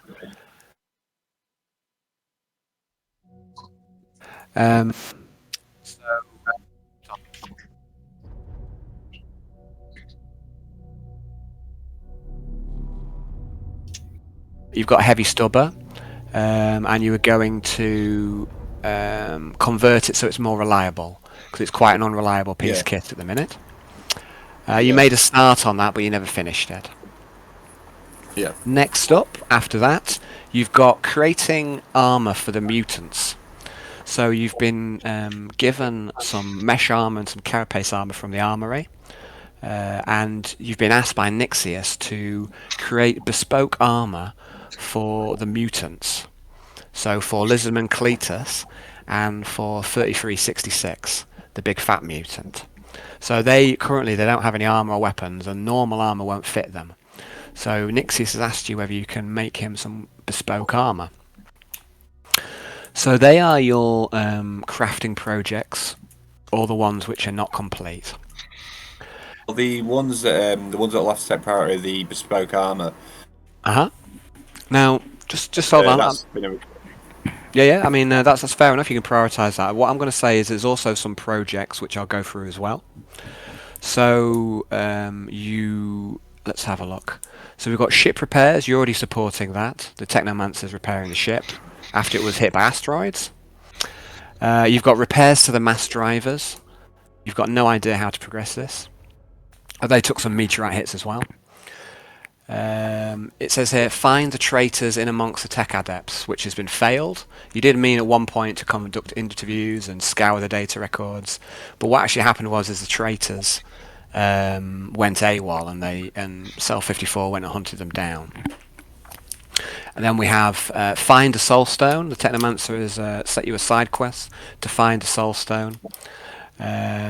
We've got a mining operation here. You did some work where you found some mineral nodes using the ship's augers, and you were thinking about doing mining operations. Then you abandoned that. And the last project on the list is a servitor production, which seems to be the one you've been focusing on more recently. So they're all the lists, all the jobs that are down in your list. So what Bodo thinks is a priority is to get going with this servitor design phase, which is what I'm inclined to agree. If we can get the design work finished, then I can start working on some more practical projects. I can get the engineers to crack on with that once it's been designed and the planning, design and planned and stuff. Yeah. So I'll continue with that just to get that out of the way. Okay. And he also says, Bodo also, he gently reminds you that you've got a few other members in your team. You can always delegate some jobs to other members of your team. They might not be able to do it as well as you, but it depends. You've had quite a bit of a high turnover in your team. You used to have Ungrout Clover, who you vented to space. You've got a guy called Nyal. He's not great. but he's another pair of hands. There was a guy called Dieter who got shot in the face by Nixius. He's the one who went AWOL. And you've got Orm. Orm's the guy that you brought up from engineering. Orm is a short, wide guy, and his face is hidden behind a galvanized rubber mask. And there's something off about him. Something not quite right. He's got a particular musk. So you've got Orm in there as well. And you've also got Jefe Ortigas, who you've seconded to Cell 54. So you've got a few extra members in your team. You can set them tasks if you so choose to. Okay. So what's your priorities then, Alexa? What you say you want to work on the servitor? The servitor production facilities, Uh-huh. and then the armor next, and then it'll probably be. I'll probably do the Star Stick Cane because that could be fairly quick to do. Okay. So servitor relatively production. Armor for the mutants, and then sword stick cane. With those 3 for the moment. Okay. So Bodo, you've already done a couple of hours work on the production facility. You picked a location on the ship. It's called Fabrication. It's a bit run down, but it's what's designed for manufacture on board the ship. It's just not been used in a while. Now there's a couple of things you just need to finalise before we move forward. So Bodo has suggested to use about a quarter of the space there. I've put you onto another map, which is the design area for fabrication, and he's suggested using about a quarter of the available space for servitor manufacture, and that would leave you additional space to make other production facilities in the future. But that's also up to you. It's sort of maybe you would rather use more of the space for servitor manufacture or less of it. But he's proposed using about a quarter of it. And he asked you what you think about that. I think we should start small and then build up. So, agreed. We begin there and then we expand if need be. We'll do that. It's still I mean it's not going to be that small scale. It's still a good chunk of space he's putting over to this. We're going to need a section, like a morgue section for the bodies, and like a bio department really for sort of biomechanical section for sort of like development. So I need a research and development area really, close by. And then we need a testing area. So I want to give over half the space, but the same sort of like half the space over to manufacture, and a quarter of the space over to research and development, and I want another quarter of the space for testing. Okay, so Bodo reminds you just to start with that it's not corpses. You made this mistake once before when you got a load of corpses. It's not dead people who get turned into servitors. It's live people. You need live humans who will become servitors. So you can't it's not necromancy. It's like a form of lobotomy almost.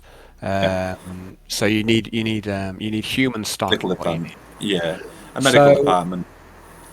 So you say you want to put. Oh, whoops, that's not right. Just give me a second. So I'm just going to start mapping out some space, Johnny, as per what you're describing. So you want about half of it given over to manufacturing for the actual servitors, and like you say, Bodo agrees that you're going to need a input from the doctors or the med staff, and that's probably going to be where the bottleneck comes, he thinks, because there's plenty of engineers. There's quite a few tech adepts working on board, but there's not that many doctors. So let's have a look. Let me start mapping this out.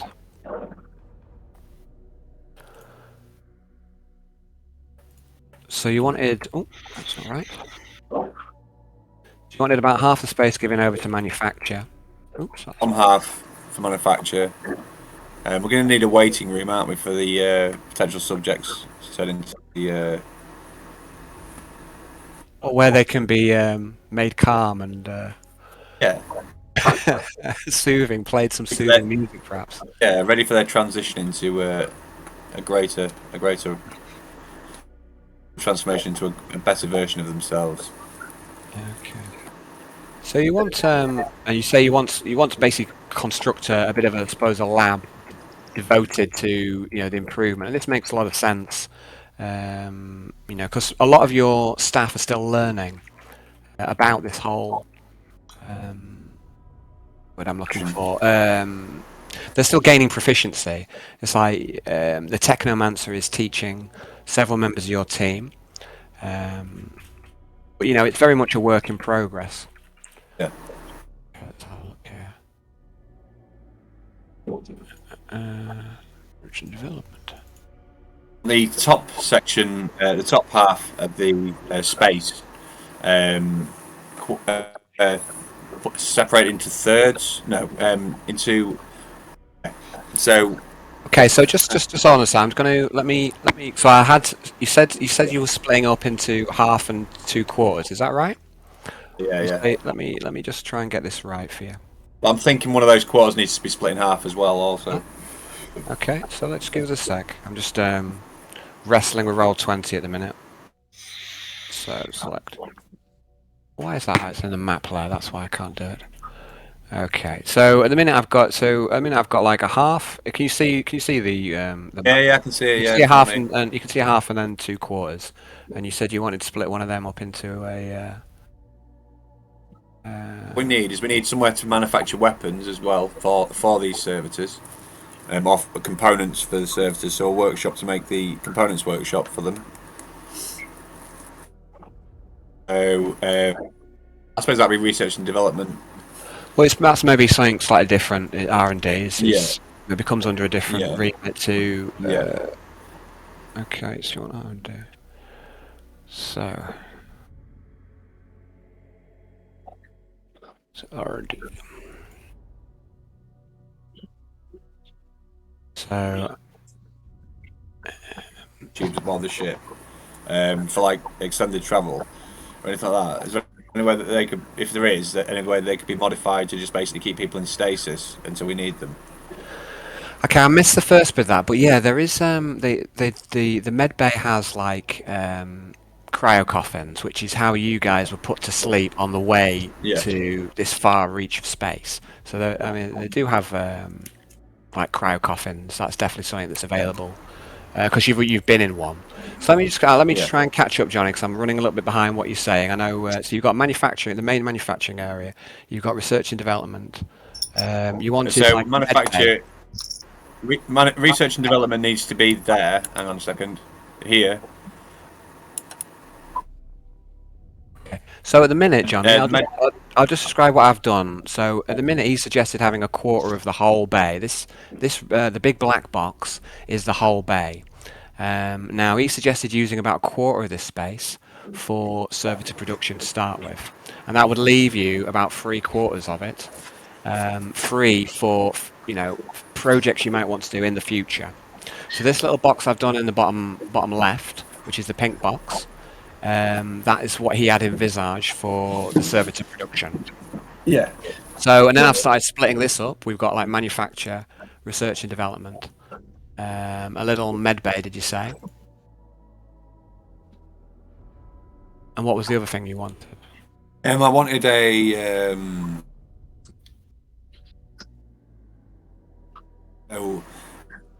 It's like a stasis area, like a bay there. So I'm not catching. Hello. Actually, I'm not getting all what you're saying, Johnny. Unfortunately, I don't know. I can't hear him anymore either.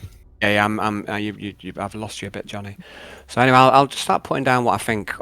We might need to hash this out a bit, maybe in between games, Johnny, or maybe you might want to draw me a little map of what you, and I can start to put it into the thingy rather than doing it in real time. This might be something that we can develop, like a bit more out of the game, or finalize it. But I think I've got the gist of what you're trying to do. But but unfortunately I've not been able to catch everything he's saying, so I've been catching bits of it. So where are we? Bay manufacture. So what I would like to progress this is the next stage will be a roll for right. I think which is a trade skill. So right is used to build things, structures, vehicles. So what I'd like you to do, Johnny, is to make a right roll. A right roll with a +10 for Bodo.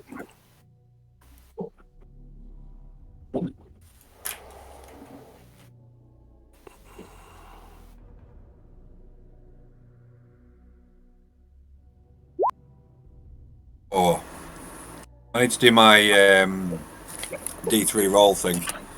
So Okay, do that. Yeah. Go ahead. /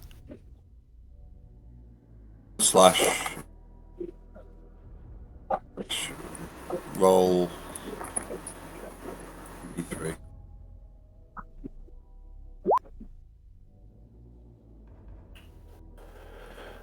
Roll, which I'm going to use to do this. Okay, so the first roll for right is okay. Fair enough. So the first roll for right is quite poor. Yeah. So you're using a reroll? Yep.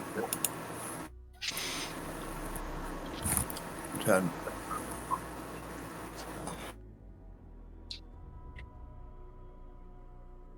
Germans on the keyboard.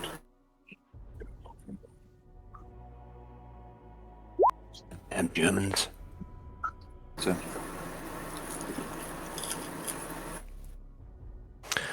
Okay, so that's a lot better. So I'd like you to roll, please, 2d10.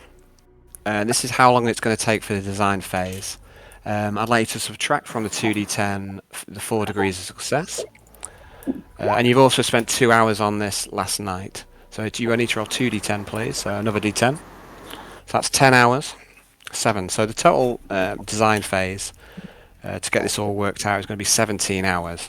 So you spent 2 hours on it last night. That's 15. And then subtracting 4 from the degree of success. So that gives you 9 hours, which is basically most of your full work day today. So it's going to take you the best part of the day to design this. So what I'd like to do, Johnny, is if we want to maybe like set up the specifics of how it's how it's going to be, and then I can put it into the map at another time. But we maybe do that out of gate. That's okay. That's fine. So what? I think I've got some of the main sections down that you were interested in having.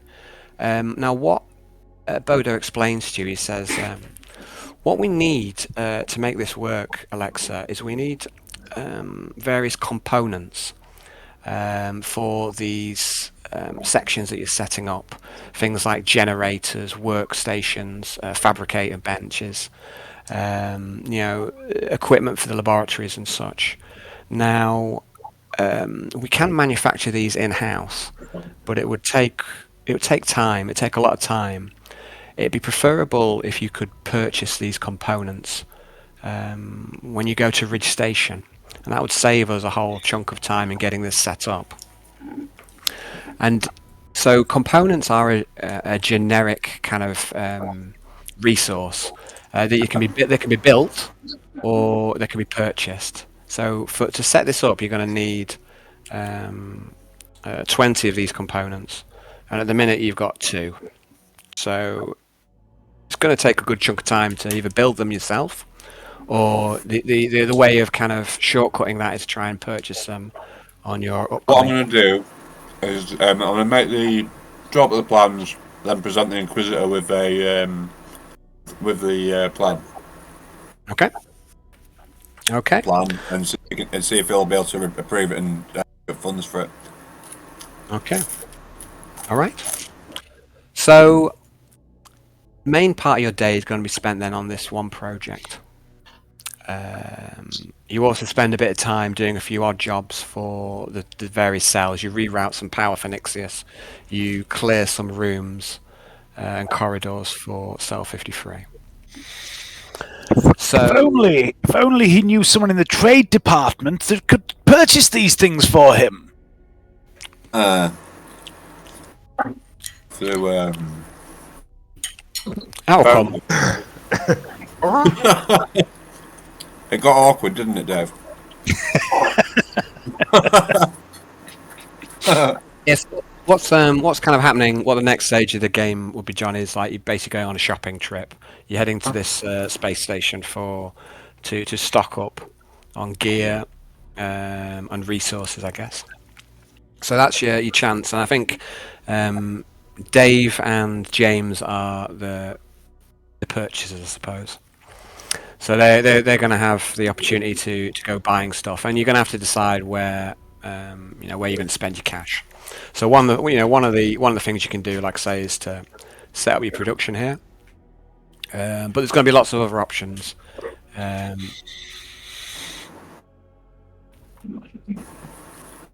That's a good start. I think that's a good start. I like giving you decisions to make. At the minute, there was one other question that Bodo wanted to ask you. He said, we're going to be ready to do a prototype soon before we go into full-scale manufacture. We've got everyone on board for this, but I have to ask you, what type of servitors do you want to produce? There's so many different types. We need primarily repair and construction servitors.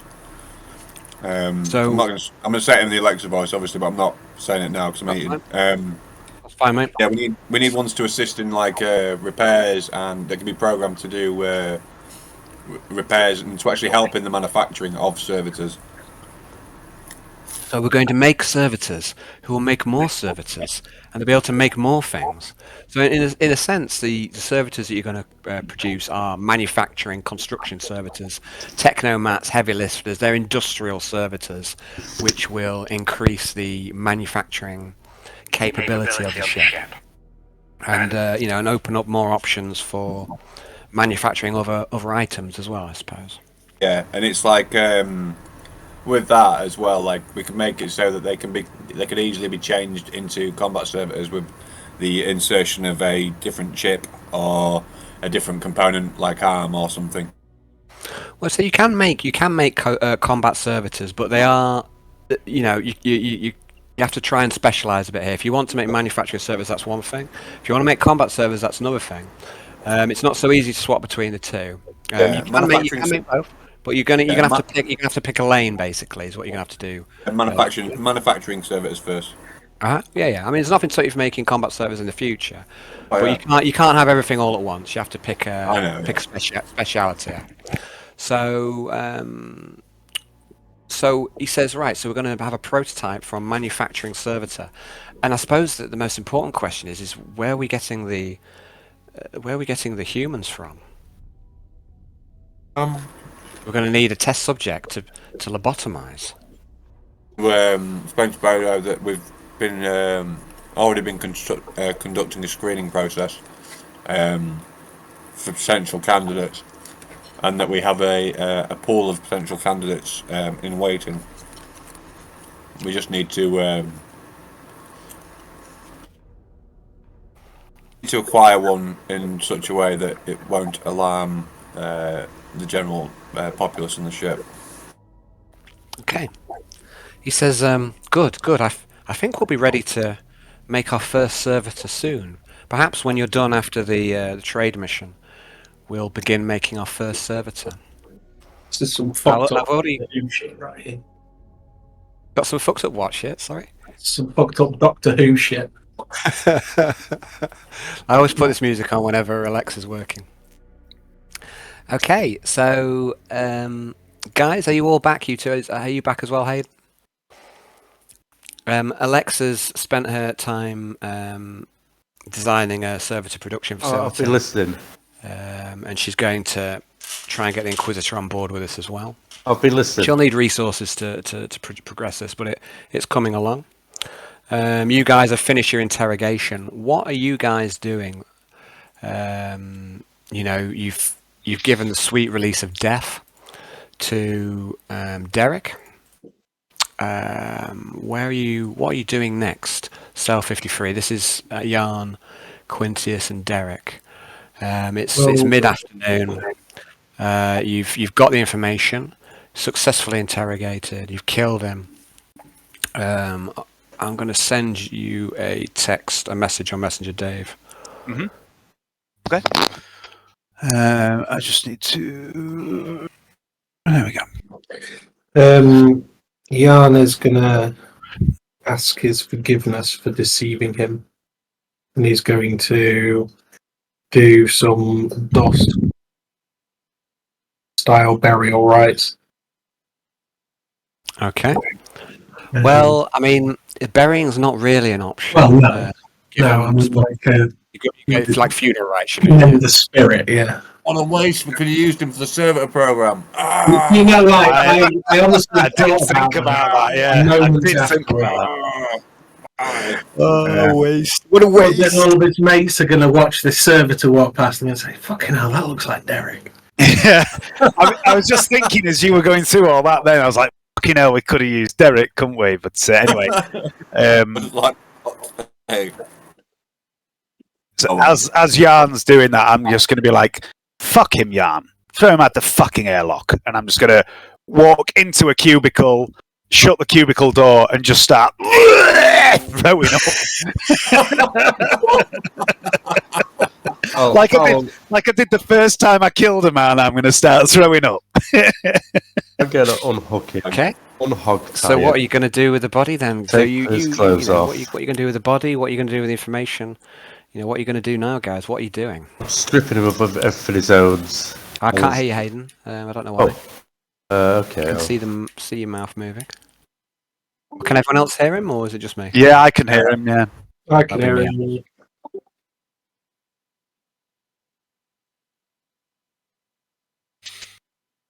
Hayden? Speak to me, Hayden. Speak to me. Let me hear those dulcet tones. Has he gone all quiet now? Has he even come back in? He's back in. Can't see him. Hello. Hello. There he is. I can hear you again now, but I can't see you. Okay. Sorry, I missed what you said before. You know that bug where I can't hear you. Okay. So if you said anything since we came back to you, I haven't heard it. Oh, okay, right. I was saying I'm undressing him.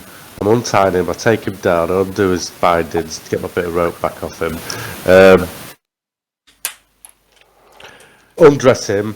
Pile the clothes up for Quintius. And I drag him to somewhere to get rid of him. I mean, there is a corpse dump. Yeah, I'll fold him up on top of the trolley and push him down with a bit of duvet on top of him to the corpse dump. I'm going to take a picture of his face on my data slate. Okay. And his body, any distinguishing marks? Alright, I'll come and have a look. He did have a birthmark on his inner thigh. What shape of? It looked like a moon, a crescent moon.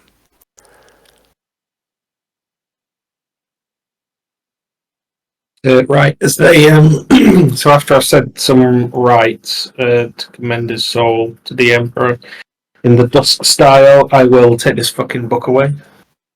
Okay, you taking it back to containment? Yes, bro. Before Jan goes and before Arnold goes, I'm going to come out the toilet and I'm going to go, gents, thank you for your help. I frisked him. He had some money. And I've got like 70 thrones in my hands, and I'm going to give Arnold and Jan 25 each. Okay, so add 25 thrones to your cut sheet, please, Arnold. Oh, thanks. I'm also going to give Arnold another 5 thrones out of my cut, and say, you lent me 5 thrones a long time ago. I haven't forgotten, and I still owe you both from some money from my little escapades down in the honeypot, which I also have not forgotten. I can't believe you've paid me my 5 thrones back. That's so nice of you. Thank you very much. So you get 30, Jan gets 25, I get 15. Yeah. There we are, down the bottom. 66 thrones now.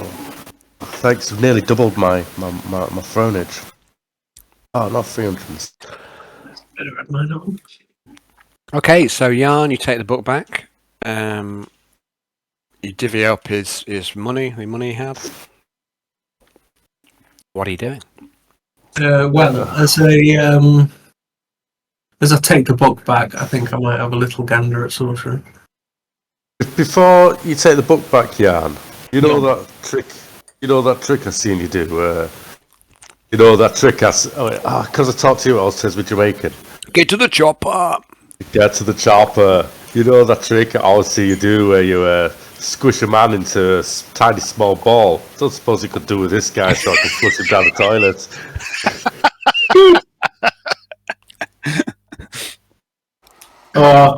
Me trying to wean myself off my powers so much, man. You know, you more than anyone must know the nasty corruption that comes with them. Well, to be honest, Jan, I don't. Talking to you is really hard. I don't. It's infectious. You feel the emotional pain in my heart for this man. To watch you squash him into a little ball so I can flush him and get out of body duty. That would be great. Why don't we take him to the corpse dump? Oh, okay. I'll squash him into the trolley and put a sheet over. So I'm going to snap him in half. So he falls over his back, so his back snaps the wrong way, and pack him into the trolley. Okay, you pack him up. And so you pack him onto the trolley. He's naked as well. That's the important bit. Yeah, and covered with a sheet. Okay. But folded so square you'd never know. You have to make a roll to flat pack this man. Flat pack roll. I wouldn't even know where to start. I think we'll just say that's a successful endeavour. Flat pack, okay. He's taking up the lowest amount of volume that you think you can reasonably make him take up. Perfect. And I say, that's the best I can do, Jan.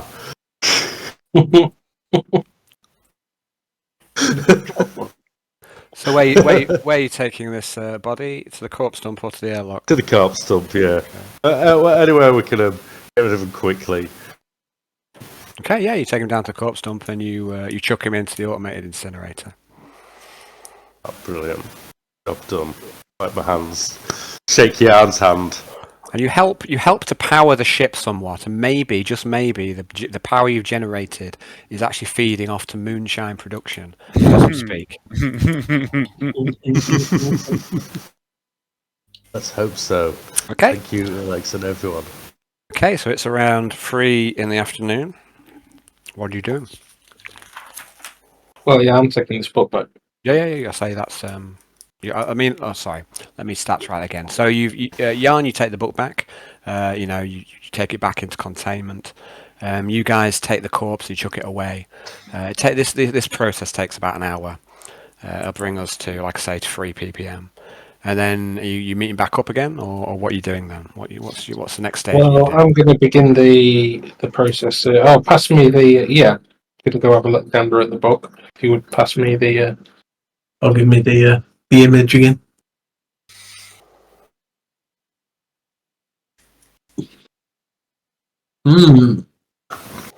Is ritual sorcery or is sorcery? There's some overlap here, isn't there? Yeah. What am I after? I think I'm after ritual, actually. Yeah. Okay, so you want to spend a bit of time with the book. Yeah. With what time remains. You don't have a huge amount of time left on day 11, but we can make a start on it. What about the other two? You've got a bit of time left today. What do you want to do, Arnold and Quintus? It looks like Jan's going off and doing his own thing. I'm going to. Sorry, Hayden, go on. Oh, it's okay. It's okay. You go first. I'm going to go to the armory and get a combead for Jeeves, and then I'm going to go and try and find Jeeves. Oh, you did find a spare con bead on. I did, didn't I? Yeah. Give him that one. Standard one. Yeah, I'll just give him. I'll go find him and give him that. I'll keep the shady one myself, though. Uh-huh. Yeah. Okay. You turned it off. Are you turning it back on, or are you leaving it off for now? I'm leaving it off until I've seen Jeeves. Okay. Right then. So, what about you, Arnold? What about you? I am going to go and turn the trolley back to King Cook and swing by the pub on the way back, and just sit and take my tankard and buy a round of clear or two. Okay. Have a dog burger as well. Okay, so you're going to chill out for the evening. Jan, what are you say you're focusing on ritual. I've got a little handout for the book. Let me see if I can find it. Where I put it? Book of Lies. Lies. And flies. Okay. Lies. Jan, Yes. you begin to study the Book of Lies. I don't know how I've given you this spiel before. If I have, do jump in and tell me. This book is undoubtedly an item of raw power, a source of forbidden law. It is heresy to study this, you understand. Fools who approach this book with an unguarded mind would surely suffer corruption of the very soul, placing themselves at the whim of the dark powers. But your mind, Jan, is a fortress. Something about your time on the planet Orpheus 4 has acted like a crucible on your spirit. You find yourself immune to common fears, and the dreadful corruption of the miasma you keep at bay, refusing to allow yourself to be tainted, unlike your companions. Now Arnold, he was slipping, and he was slipping fast. Surely his fate was that of the spawn. But you've saved him, Jan. You've saved him. You seem to have halted the bloodlust and the frenzy which seemed to be taking him. You separated him from the axe. Quintius, he's one of poor willpower, you wager? Or perhaps not. You've seen a different side to him today, a more steely side. He's done things today that you did not think him capable of. But on the swamp planet, he was unable to resist the temptations of the honeypot. And you're sure that his dalliance there has tainted him somehow, that honeypot whore. Laying with mutants is folly. And Alexa, the first of Cell 53 to suffer the stigma of mutation. She showed her gills at the drowning pool. And perhaps that convinced Reptile of your good intention. Mutation, Jan, is evidence of corruption of the spirit as well as the body. So you have been taught. But you, Jan, you're confident that the heresy of this book can be resisted, that this book can be used to serve you. It has served you today already. You think that it was instrumental in breaking Derek Snyder in such a quick time. You are sure that you can hold yourself apart from any taint. Do you proceed? Are you sure you want to do this? Okay, so I'd like you, as you study the book, I'd like you to make a willpower test at -10. Well, no, sorry, it's a miasma test at -10. So you've got, I think, was it something like, was it plus 33. Okay, so it's a plus 23.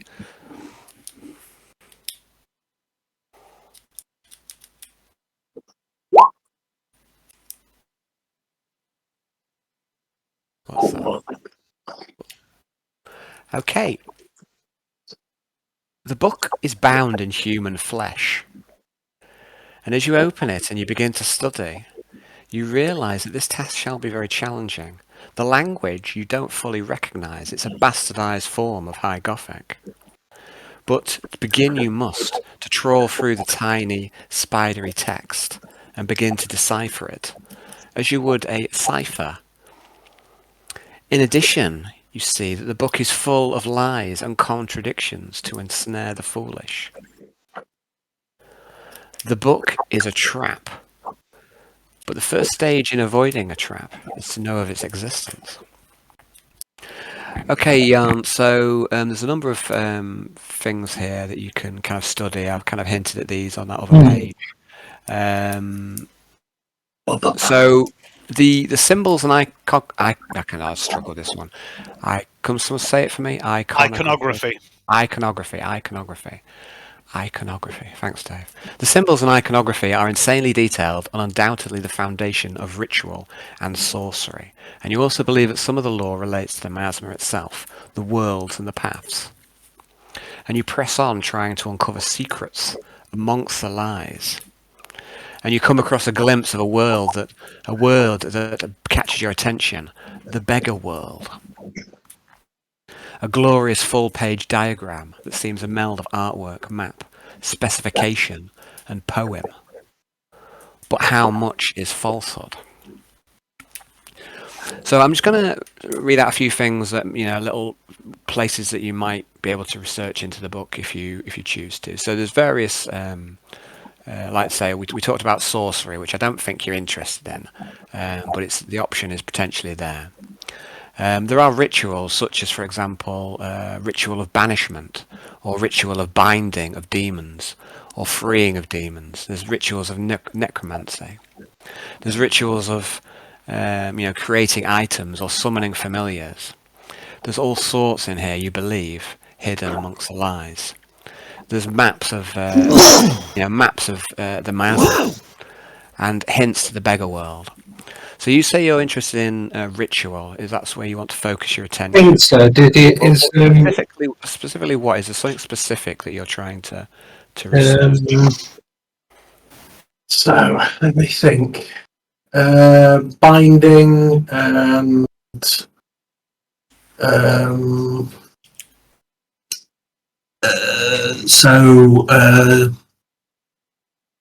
circles. I think.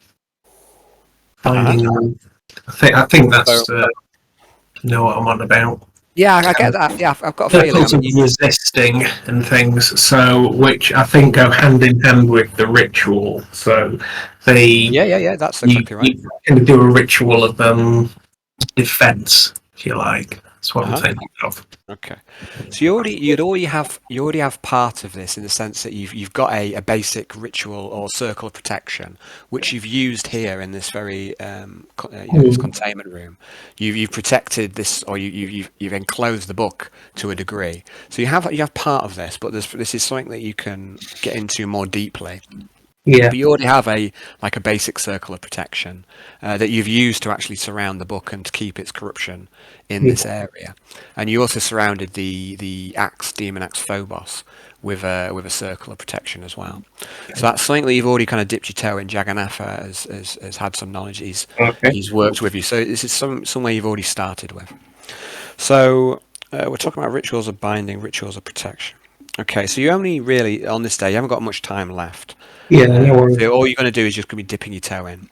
And then this is going to be something that we can carry on with throughout the rest of the power play, okay? Yeah. So Arnold, you're spending time chilling in the Crow. Alexa's been crafting all day. Is there anything else you want to do on the remainder of day 11, Dave?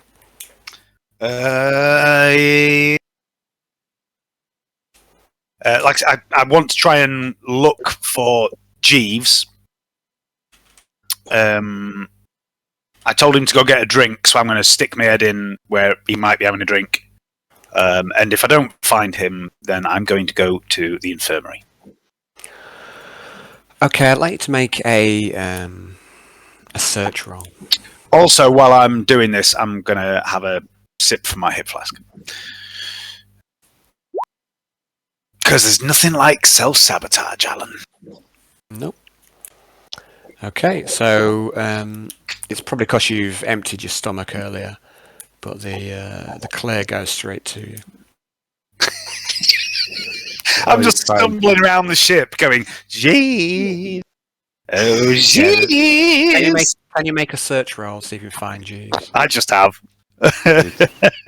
Yeah, you don't know where he is. I've lost the bugger. He'll probably. The ship is huge, Dave. The chances of you just running into him. He's probably right in the Crow. He's not at the Crow. You're not likely to find him by chance. Didn't think so. So I'll just wander towards the infirmary. You do see Arnold in the Crow, enjoying a drink and a dog kebab. Cooey! Critias! I'm just gonna, when I see him, I'm gonna, from the door of the Crow over the combead, I'm just gonna go, "I can see you, Arnold!" And then totter off. Oh, my wave. Drinking. And then, fuck off to the infirmary. Okay. You head to the infirmary. Let's see what we can see here.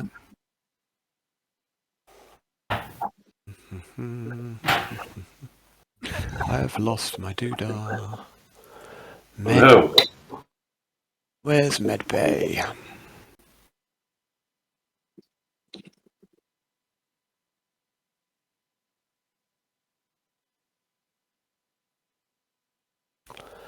Okay, so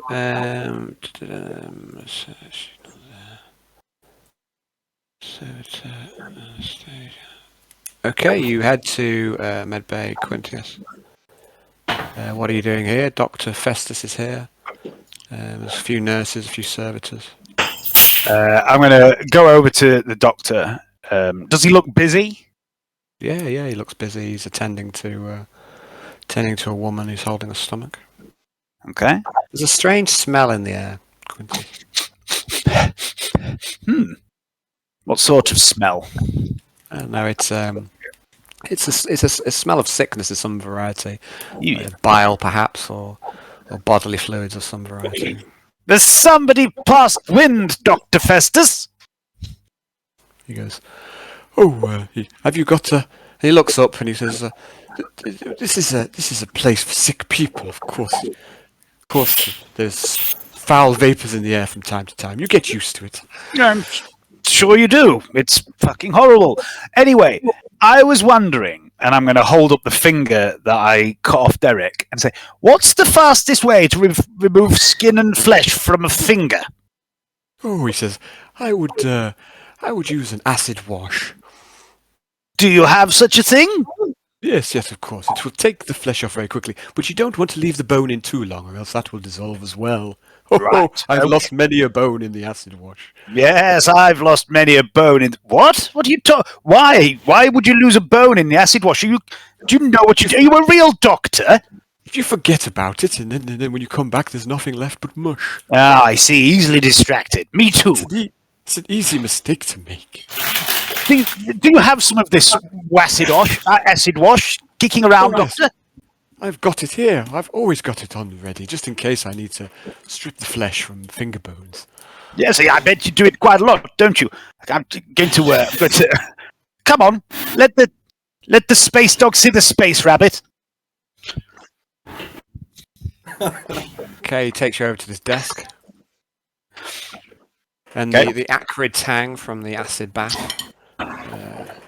If you think you probably shouldn't be breathing in these fumes, maybe there should be some sort of extraction somewhere. Take the fumes away. Probably not doing you any good breathing this in. I'm gonna chuck the finger in the acid bath and I'm gonna get uncomfortably close to it and watch it like this going. Okay. Absolutely fascinated by the flesh being dissolved off the bone. Okay. I'd like you please to make a toughness test. Ah, this'll go well. Especially because I'm fatigued. Ha-ha!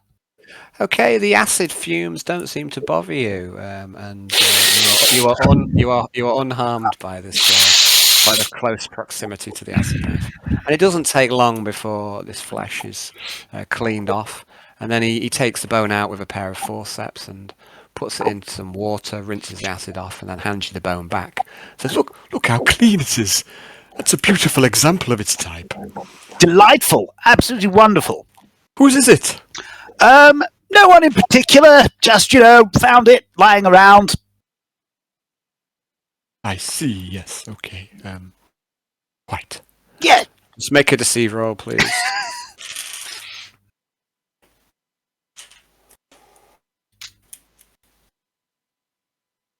Okay. If he seems to believe you. It was just on the corridor, on the floor, in the corridor, in the spaceship thing. Where we are. Just picked it up. Thought that'd look good on a necklace. I found a foot lying around once at one of the junctions. Yes. I don't know where it came from. Have you found many other body parts lying around on the ship? Oh, yes, I'd say an above average amount. What do you do with them all? Well, I normally throw them in the corpse dump. Oh. You ever thought about making them into trophies, wearing them? Oh, of course not. That'd be perverse. Yes, absolutely it would. I wasn't going to do that with that finger. Good day! Okay, guys, so at the end of day 11, you can all get back together in your chamber, dissect the day if you'd like. And if there's anything else you guys want to do on day 11, we can do it. Or if you want to have a chat, that's fine. And then once you're done with day 11, I'll say I'm going to put you all on the self-53 room. There's Alexa. So day 11 has been spent torturing, reading forbidden items, playing around with dirty scones, Good hustle. dissolving flesh with acid, and designing servitor production facilities. All in all, it's been quite a productive day. So I'll put you all on the Cell 53 chamber. It's the end of the day. If you want to have a natter, feel free. It's up to you guys. Or if there's anything else you want to do at the end of play today. I'm going to say, Alexa, my dear, you missed some good fun today.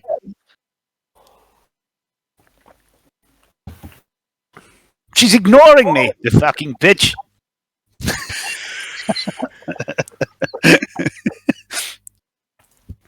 Oh, my mouth's pretty dry. Well, you did eat that bloody toilet scone, didn't you? Oh no, I didn't eat the toilet scone. I had a bite on the wet mouth scone. No, that's better, slightly, marginally, I suppose. Okay, so Johnny is there. He's not frozen. Can you hear us, Johnny? I'm here.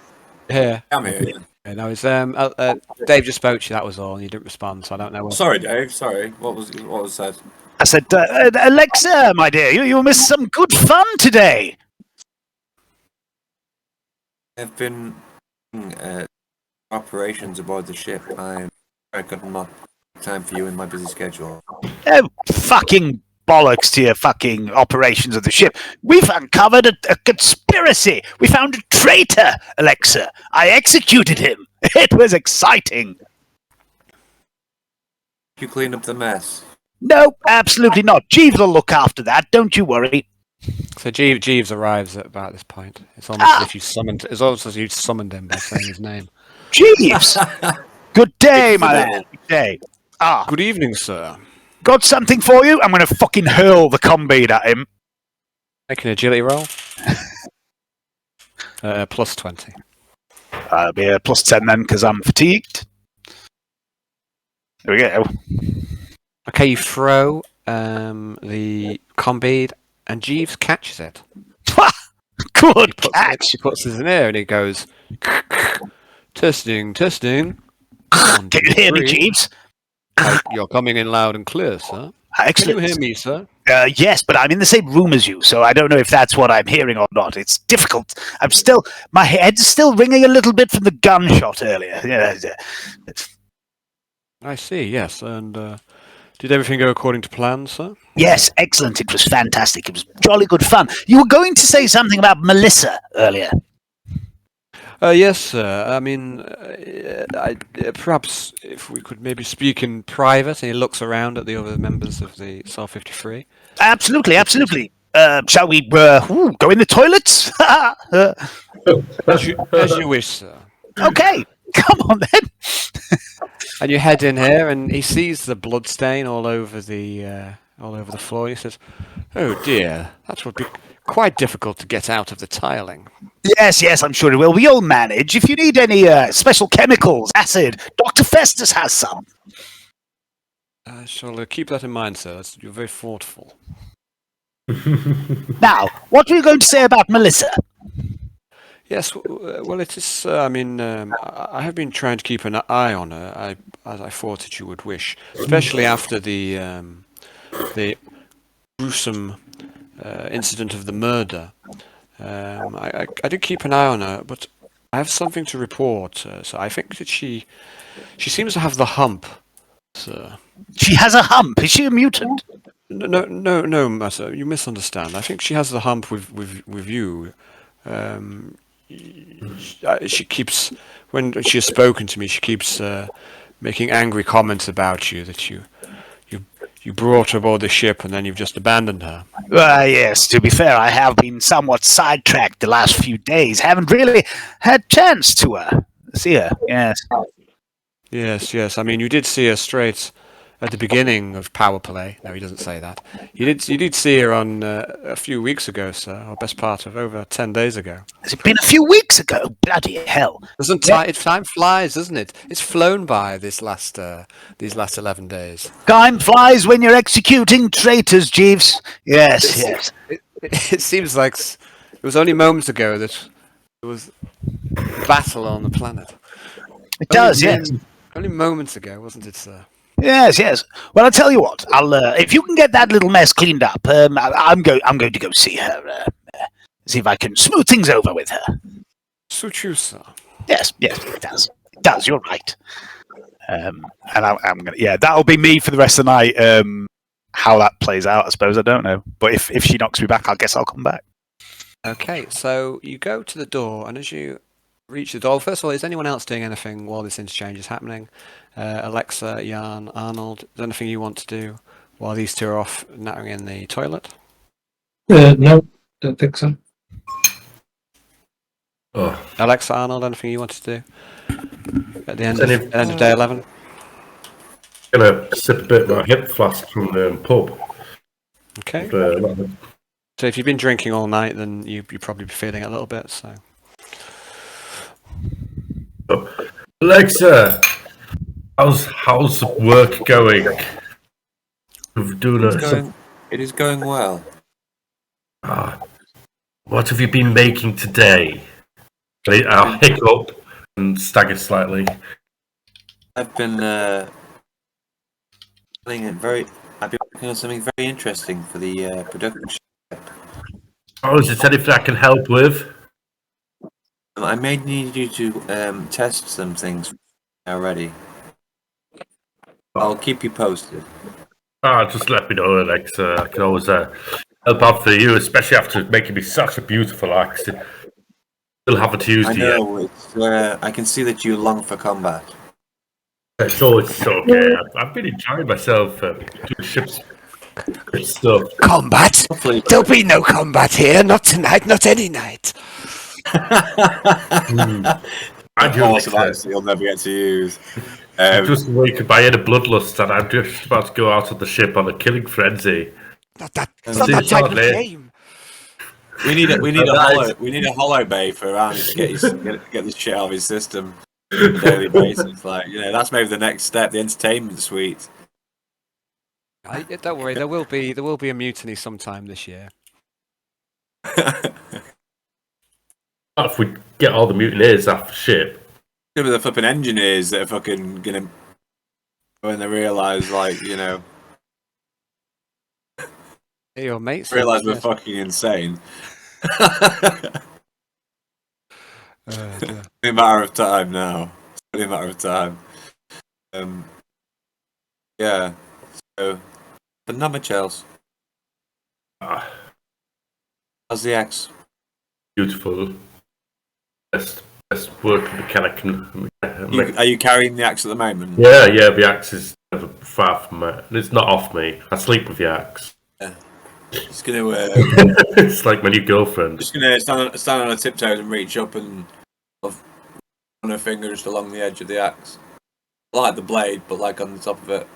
Lick my lips while you touch the axe. Yeah. And she's just going to lower herself down. And just turn around and walk off. Long blood, don't you, Bessie? Are you calling it Aunt Bessie? I'm not. Bessie's in the cooler.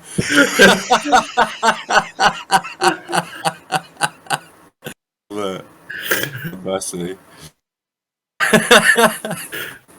Great name for an axe. I know you're giving it one, but it's that time because of Aunt Bessie. Final Arnold, that's fine. Do you want to rename it Aunt Bessie? Give you Was mass. that true? I mean, he called it Final Darkness, but if you want, you can Aunt Bessie. call it Aunt Bessie. I mean, that's an option. So you're gonna cast aside the orc chopper. Yeah. No more chopper anymore. I go us back on Kind the of hack wall. it. Yeah, you can stick it back on the wall if you want. Yeah. Yeah. As in Final Darkness, old Aunt Bessie will stay with me.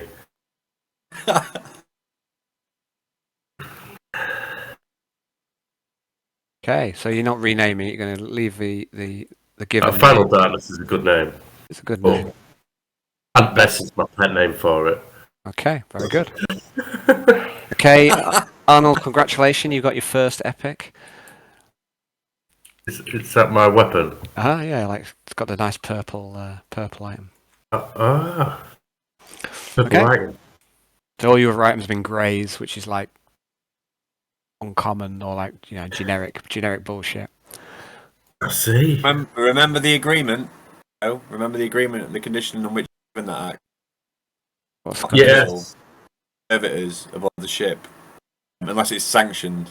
Okay, yes. It will be sanctioned because I'll be testing them on you. I will be I'll be providing you lots of lots of goodness, Alexa.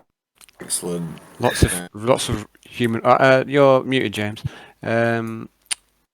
Lots of raw material, human raw material. I like the way you put the penny on him. And his Meals and Wheels. The penny eye.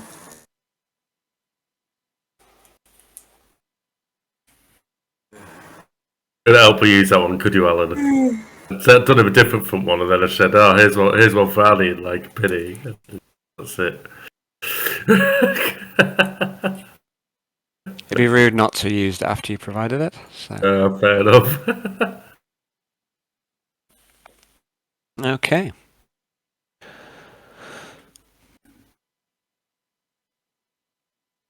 So I'm just going to wait for Dave to return to do the next bit. So I say you're still muted if you're saying anything, James. I'm not sure if you're talking or not. Alright, that's fine. Okay, that's cool. What you working on, Brownie? Dead doxies. So I've got one more to do, and then I'm done with Seamus. So I've done Seamus, his totem, his henchman, three rotten bells, which is kind of like his standard minion, and now I'm on a couple of dead doxies, which are his other standard minion, and there's some metal ones basically. So I put together a Seamus crew pretty much. Got a beat noir as well. Alt beat, alt Seamus. So I'm nearly done with them, and I can start. I'll need to make put some. I've got 5 metal zombies,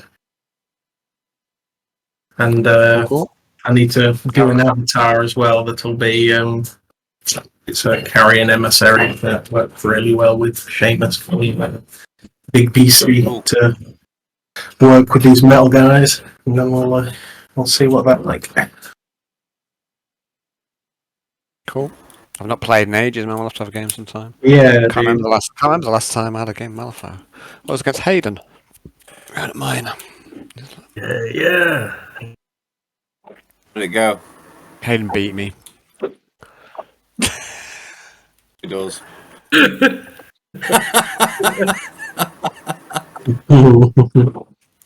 That's his thing.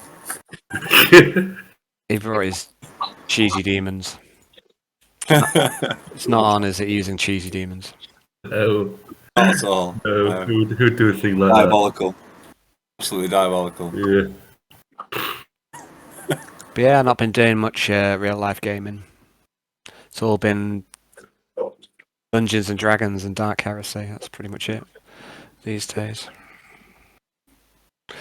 No real life games and models and dice. Sad times.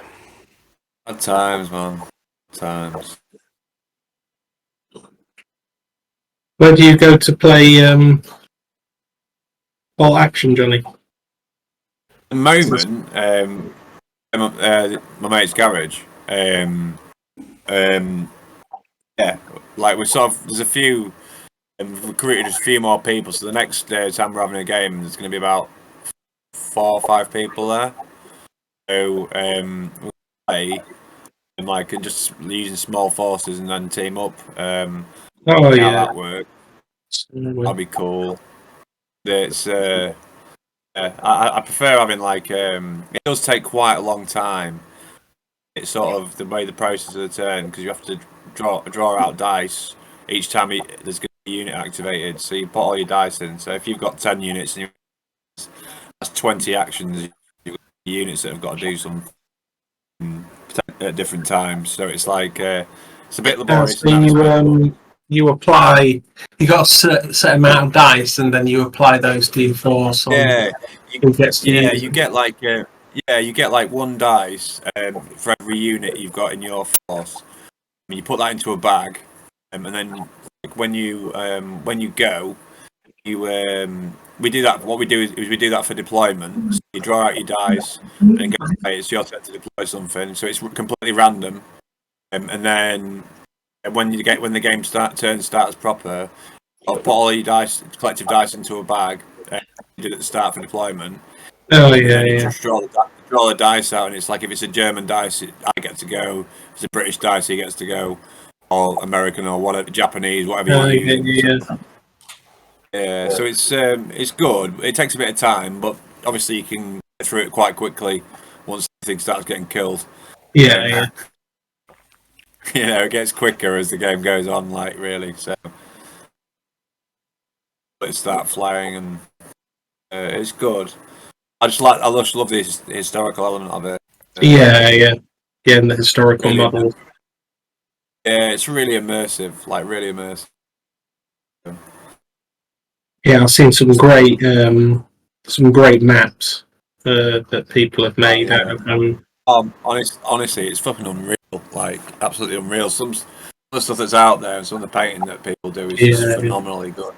Yeah. It makes me jealous. When me and Al went to the Nationals at Ascot, there was like loads of other historical games going on. There was some mad shit. There was like it was really cool to see. There was lots of people in fancy dress because they were all like demonstration games and shit. So, and there was the kind of war room, and they're moving like planes around a map and shit. There was some people doing that in like old school RAF uniforms and shit. That's cool. Yeah, that's very cool. Yeah. Yeah, there's quite really ones and some. There's some real niche, ones as well. It's like people like my historical game. It's like some sort of Babylonian or Syrians fighting each other with elephants and shit. You know what I mean? It's like sort of period of history that there's sort of models. Yeah, I think so. It looked like Warhammer, but with like mad historical armies. You can get like flipping for about you can get like 30 guys for like 20 quid, like 28mm, which is decent. Like you know what I mean? I think printed armies as well. Like we don't have any printers between us, but like I've seen people doing extremely detailed prints of like bolt action stuff, and you know. I don't know if Gary's got a printer. I think he might have got his hands on a cheap one to start it off with. But yeah, I did see that he was trying to get his hands on one. I bought quite a lot of in Star Wars Legion, but I also bought quite a few printed models, and the quality was outstanding, and all of the designs are outstanding as well because there's stuff from just about every Star Wars film or series you can imagine. Like going way back, there was a game on PC called Dark Forces, like super early 90s, and there's people done stuff with that, like fans and things, and they're really good. Yeah, there's I saw something. I was looking on Facebook, and then something flashed up, and it was like Judge Dredd. Oh yeah, yeah. I think which there's a proper looked- game of that as well. Yeah. I was like, that looks pretty fucking cool. Like, 'cause I used to be big into 2000 AD when I was younger. Yeah. And I was looking at it. I was like, oh, I don't know. I don't really want to start a new game system. I've still got like Necromunda Hive War sat behind me that I need to assemble. So I'd really like to get back into Necromunda. I think it's Don't talk to James about his fucking pile of shame of it's not a pile of shame. of It's games. a pile of projects that of you can complete in the afterlife. So It's for the afterlife, James. Yeah, I can't take them with me. I'm going to need a pyramid for all my shit. take it with you it's into the in next the one. pyramid of like picture boxes. Like that's how I want to be buried. Right, guys, can I come back to the game then? Everyone's like, no, it's all good. We'll come back to the game. So Jeeves comes up to you, Arnold, and he says, "Sir, I have something for you." And he switches to one side. You asked me to create this for you, and he hands to you. It's a mask made of mostly of galvanized rubber. And you asked Jeeves to construct it for you in order to hide the face of one of your new Orphean buddies. And he's done so. He's made for you a kind of a leather mask with some galvanized rubber sections. This is amazing. It's to cover up the faces of one of your mutants. Yes. Oh, thank you. This will be really helpful to let a friend of mine move freely around the ship. Does it meet with your satisfaction, sir? It certainly does, Jeeves. Here you go. I'll pat you on your back. That's Okay. That's You pat him on the back, and he, you don't know your own strength sometimes. He takes a step forward. Quintius, I was waiting for you to come back there. Quintius, you go to the door. You're going to head off to see Melissa, but when you get to the doorbell goes. It goes bing bong. Oh, I can't hear you, Dave. I'll open the door. Okay. On the other side of the door, it's Jagannath. I'm going to go. I'm going to do this. I'm going to go. Oh God. Oh, good evening, Jagannath. He smiles at you. He smiles and goes, "Good evening. And how does the day find you?" Oh, wonderful. really exciting, Jagannath. So I missed that, Hayden. What do you say? It's been brilliant, Jagannath. Jagannath says, "I come bearing a message from the Lord Inquisitor. Oh, really? He has requested your presence in the briefing room tomorrow at 9 a.m. Oh, He wishes to discuss with you the progress that you have made over the time since the orbital assault, and he wishes to discuss the next phase of the campaign at Ridge Station and our objectives moving forward." oh, will you be there, Jangle Spanker? And he looks at you, and I'd like you to make a fellowship test. Make a charm test, actually. Yeah, charm. That would be exactly the same. No worries. I missed your. So you just failed there. Yeah. I missed your message earlier, by the way. Oh, okay. About picking up Leanne. So yeah, and he looks at you and goes, "No, I will not be there. My presence has not been requested." Oh, such a shame. Anyway, what's anything else we can do for you, Jagannath? Anything at all?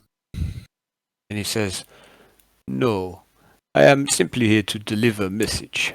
Ah, sir. It's anything to do. It's beneath you, isn't it, Jagannath, messenger boy? And I'd like you, please. What test will this be? A goad test? I don't know.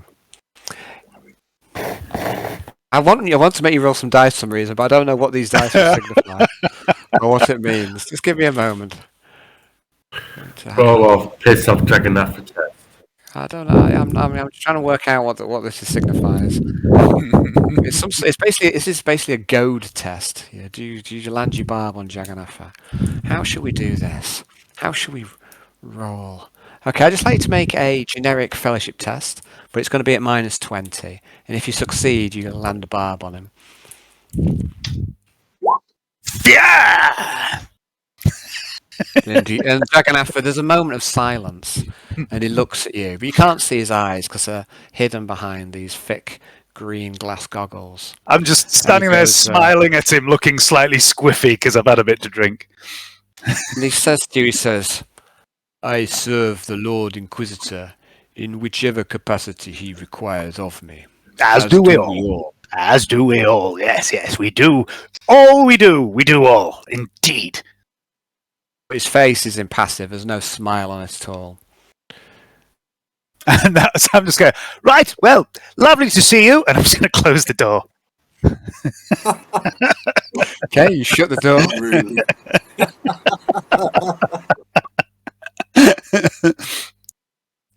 The mutiny is going to start with him. I mean, he's going to start the mutiny.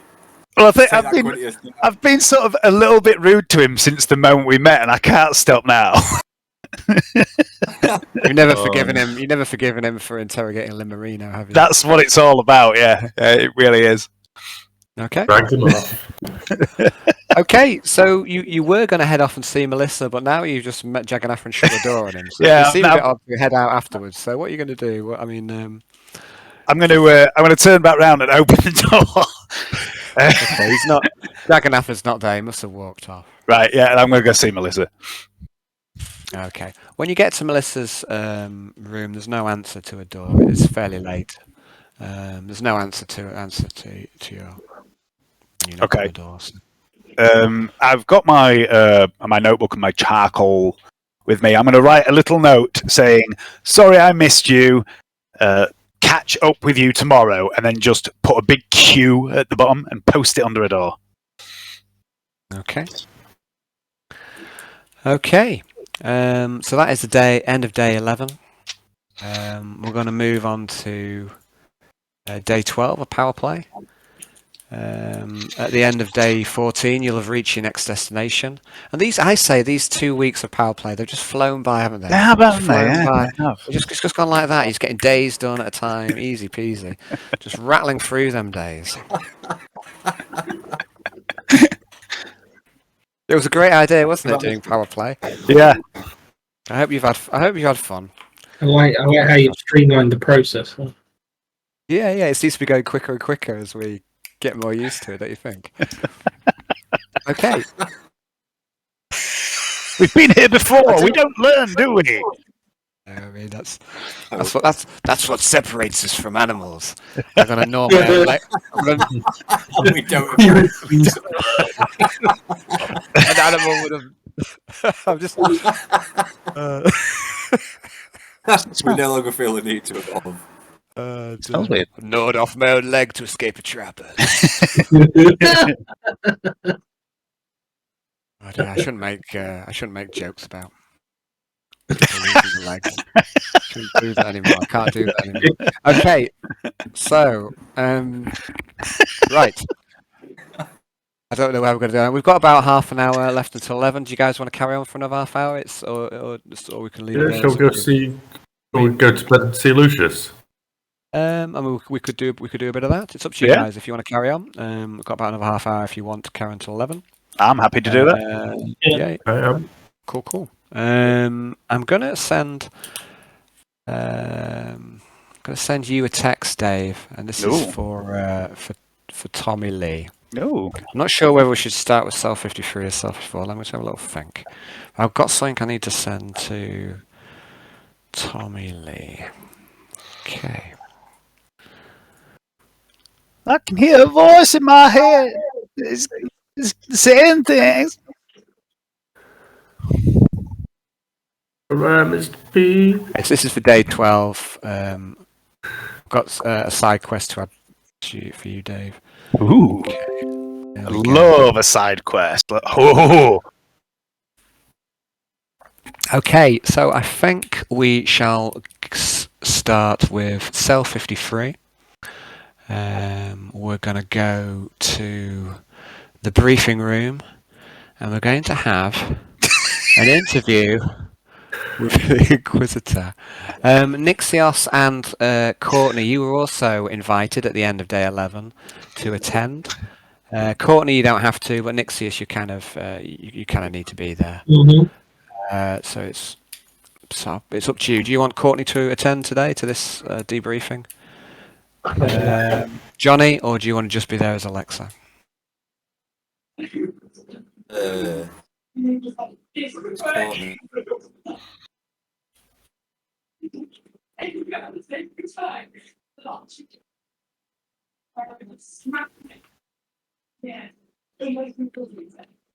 Hey, you alright, Johnny? What's up, buddy? I can't hear. Yeah, I'm sorry. Out this, sorry, at the same time, so I'm affected. Can you hear me all right? Not really. I've had a lot of trouble all night with you, to be honest. I don't know why that is. Can you hear me all right now? I know, yeah, I can hear you all right. Sometimes I'll be hearing you absolutely fine. Then sometimes it's kind of I'm only getting bits of it, and I can Choppy. Yeah. I don't know why it is. I don't know if it's your headphones or it could be your internet. I mean, I've noticed your internet's been a bit great. chuggy It's Plusnet, so it's a bit shit. Is it? If I want to replace it, just not get around to it yet. Yeah, I don't know, mate. But yeah, for whatever reason, I mean, it's normally better than this, but it's been a bit of a struggle tonight. I'll be honest, especially. Like sometimes it's fine, sometimes I'm kind of like working out what you're saying by bits of what you know what I mean, of your sentences. It's not been ideal. But anyway, so my question was to you, Johnny. I didn't catch your answer. Is do you want to be here just as Alexa, or do you want Courtney here to be as well? It's up to you. I'll be here as Alexa because I think did I have time yesterday to finalise these schematics? You've basically got that section of work done, so you'll be able to present it to Inquisitor today. Yeah, I'll do that then. Okay, so you head to the briefing room, guys. There's 2 of the Inquisitorial Guard on the door. The Inquisitor sits there, resplendent in his naval uniform. He's got no wine in front of him today. There are 2 servo skulls hovering behind him. And also behind him, at his right-hand side, it's his bodyguard, Kyoshi Kubo. So you can feel free to cameo as Kyoshi if you want, Dave, or not. So I'd like you please to... I've put all your tokens on the map. If you'd just like to pick a seat for you guys. just put you guys where you want to sit. Jan, Alexa, and Nixios, if you'd put yourself in a seat. Arnold dancing on the table. Not first time. Last. Better now? Is my reception better now? I've checked my phone and realised that my phone was also connected to the Wi-Fi as well, and I've turned it off. So if it's better now, it's probably because. I can hear you fine, Johnny. Oh, good.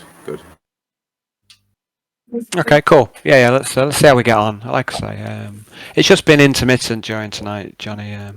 Yeah, I know. I apologise. It's all good. I mean, it's just one of them things. It just makes it a little. One day we'll get around a table, and we'll role play in real life. We'll roll real dice. One day. Okay, so Sanity. So you'll find Alexa. Will you put your Alexa where she sat around the table, please, Johnny? Find a home for Alexa if you'd be so kind, or I'll just give you a seat. I'm going to sit you. Oh, who sat on the Inquisitor's knee, Hayden? I can't lie. Looks like he wants to tell me a bedtime story. Hello, Arnold. Say. Are you sure you want to try and sit down in the No, Inquisitor's? thank you. See, Kyoshi, what would you like? What would you like to do about this? Stab Arnold through the eye with Kazushi. Okay. Okay, guys. So you sit down all around the table, apart from Alexa, who's just stood up, off to the side. And the Inquisitor looks around the table at each of you, and he seems to be appraising you. And he says, "Acolytes, we've been making a series of short warp jumps. We've been trying to lose any potential followers, be those ships of the Butcher's fleet or the ship of our adversary, Spinebreaker. We've made a series of short warp jumps trying to lose any ships that may be following us. And we're very close to our destination, the space station, Ridge Station. This space station, in theory, it falls under the territory of the Selexis Corps, but in practice, this space station has long been independent, and it serves as a trade hub for this region of space. And in front of you on the table, there's a holographic projector that's built into the briefing room table, and the space station appears, it hovers above the table, and you can see that it is Xenos in origin. It looks alien in comparison to the Imperial standard, and it's a series of interlocking red-black octagonal sections that spin slowly around a central hub.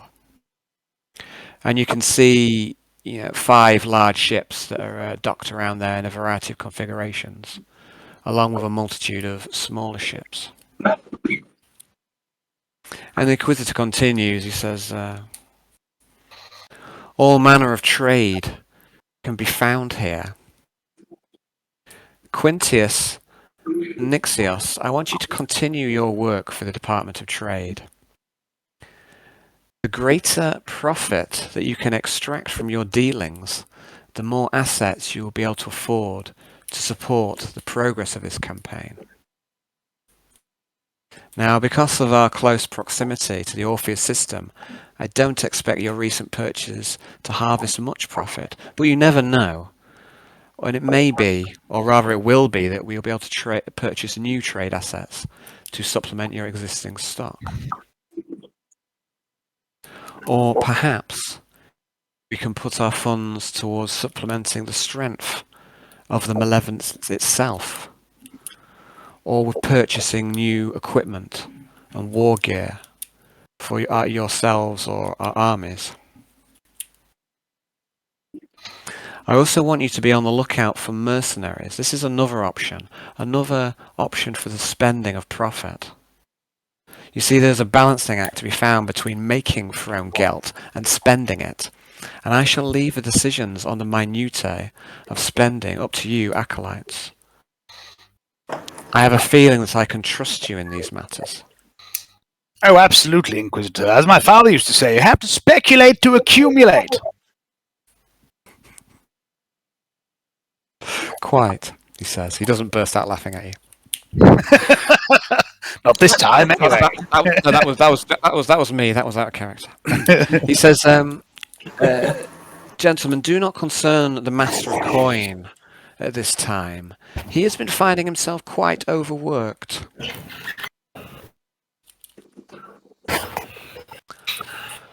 Now, I've been to Ridge Station before on the last campaign. My experience of this place is that all manner of strange and wondrous trade can be found here. But there will be more to buy than you could possibly afford, so you'll have to make difficult choices. Funds are at an all-time low. Now, it may be that saving money for future trades in the campaign to be correct, or it may be that leveraging your budget now would yield the best reward. We cannot know the future for sure. But the decisions that you make here will shape the course of the entire campaign. How?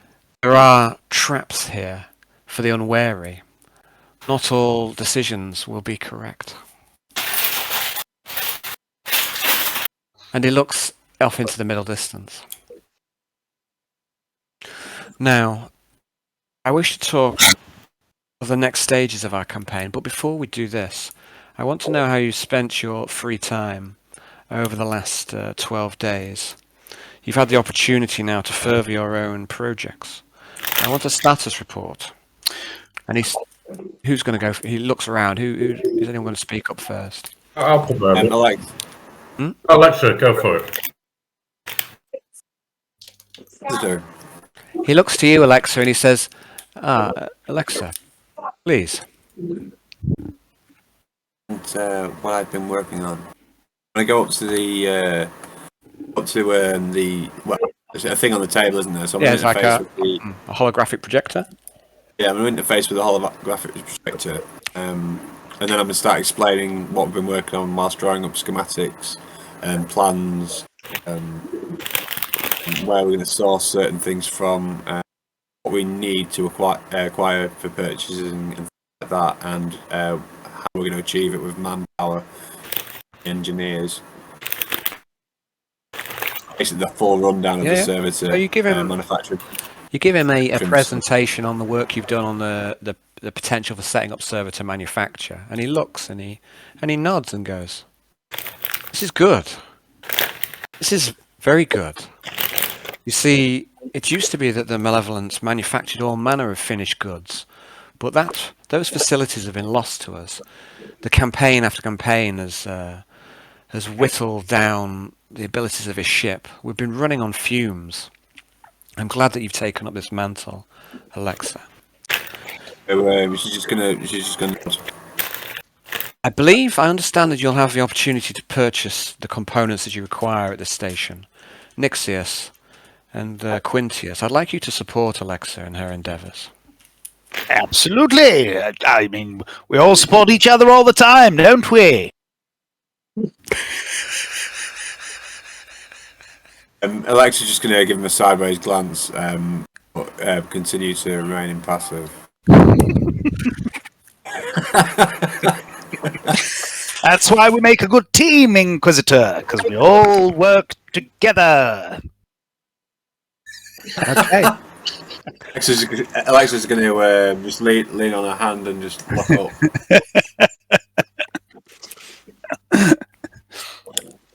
And so the Inquisitor seems really happy with what you've put forward, Alexa, and he says, I didn't think it was possible to get the engineers and the technical adepts working together again.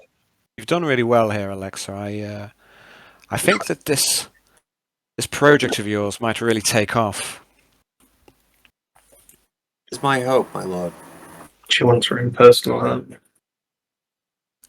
Are you saying that out loud? No. Yeah. What? Sorry.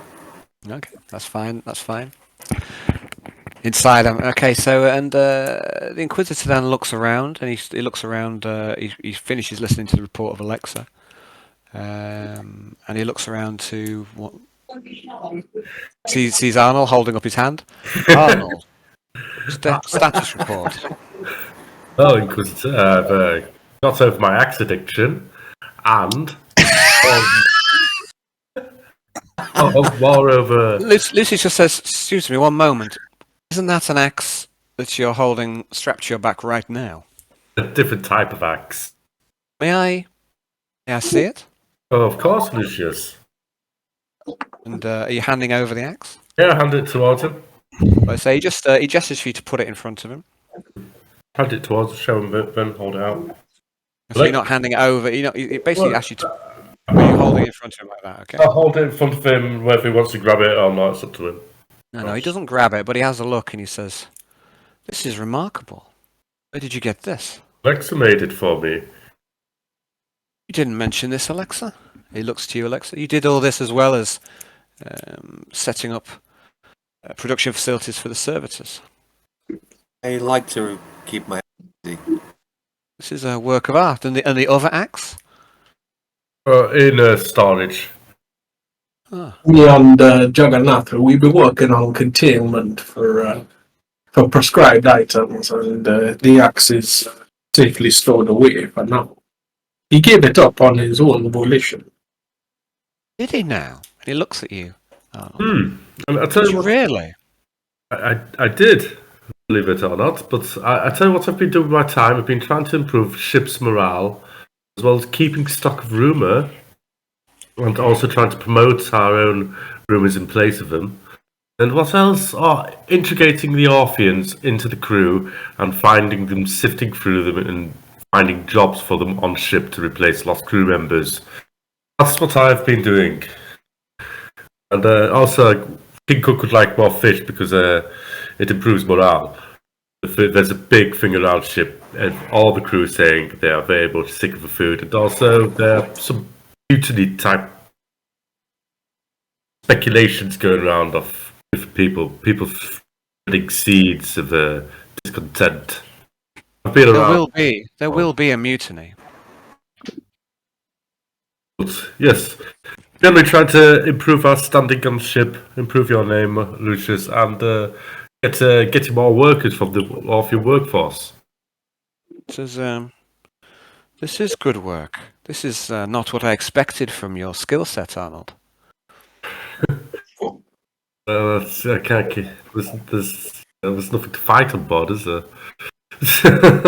Or it gets bored. You must be chomping at the bit with no combat. It's just, I very much respect you, but I really don't want to talk about it. Let me just work and doing more good works. I'm joking, Arnold. You've done this. This is some splendid work, especially with recruiting the Orpheans, getting them on board. As I say, we seem to be getting through so many crew recently. We really are running on fumes. And you warn me of this mutiny. I'm aware this is coming. You all need to get yourself ready. You need to get yourself ready for combat. This mutiny is coming. This uprising is coming. It is inevitable. I'm always ready. It's the name of the chapter. He doesn't say that. Good work, Arnold. And just if I may, coming back onto the axe, why did you give up the axe of your own volition? Why? I was getting a lot of stress from the others from it. I just couldn't be bothered to deal with all the stress, to be honest. I was like, oh, the axe. Arnold, you must give it up. So I was like, oh, God, some nice presents. So I thought, sod it. I'll do it. Likes to make me a nice replacement axe, and to be honest, I feel like a much nicer person for not holding it all the time. It made me a bit bloodthirsty when I picked it up. So your friends were the ones who were Did I call responsible. them friends? I'm sorry, that is my work colleagues. And Lucius allows himself a slight smile at this. Okay, and he says, "Good. Who will go next?" He looks at Jan, he looks at Nixius, he looks at Quintius. Well, Nixius will say, I've been working on turning the new cell of unique individuals into a fighting force. And, The mutants. yeah, And he speaks aloud. He doesn't seem like he's trying to hide. There's a couple of guards in the corner, but everyone else there must be aware of it. I think you've had your buddies over into the room already, so there's no one to keep secrets from here, it seems. But he says it out loud. He says, "The mutants." And how is that going? Are they all on board? it's going okay. I had to execute one to, well, not one that we invested in, but one that we brought up from the surface, a survivor, anyway, executed to improve morale, which it seems to have done. And now Alexa's working on custom armor for the ones that we have, which should improve their combat finesse. They were quite respectable hunting down the rogue engineers. Yes, yes. You likely saved the ship. I still owe you my thanks for that, as does everyone on board this ship.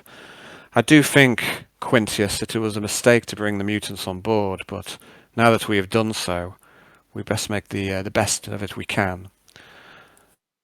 I've seen the files of the good doctor, and I think that we're going to need a chem rig for the big mutant. I think he was just going to be far too slow. He's far too fat for combat. We're going to need to get a chem rig for him, I think, in order to give him additional chemical motivation to move fast for combat operations. Otherwise, he'll just be left behind. He's quite unpleasant to look at as well. Maybe we should get him a mask. Well, it was That would my be a intent big task. to have masks built into the armor. Very good, very good.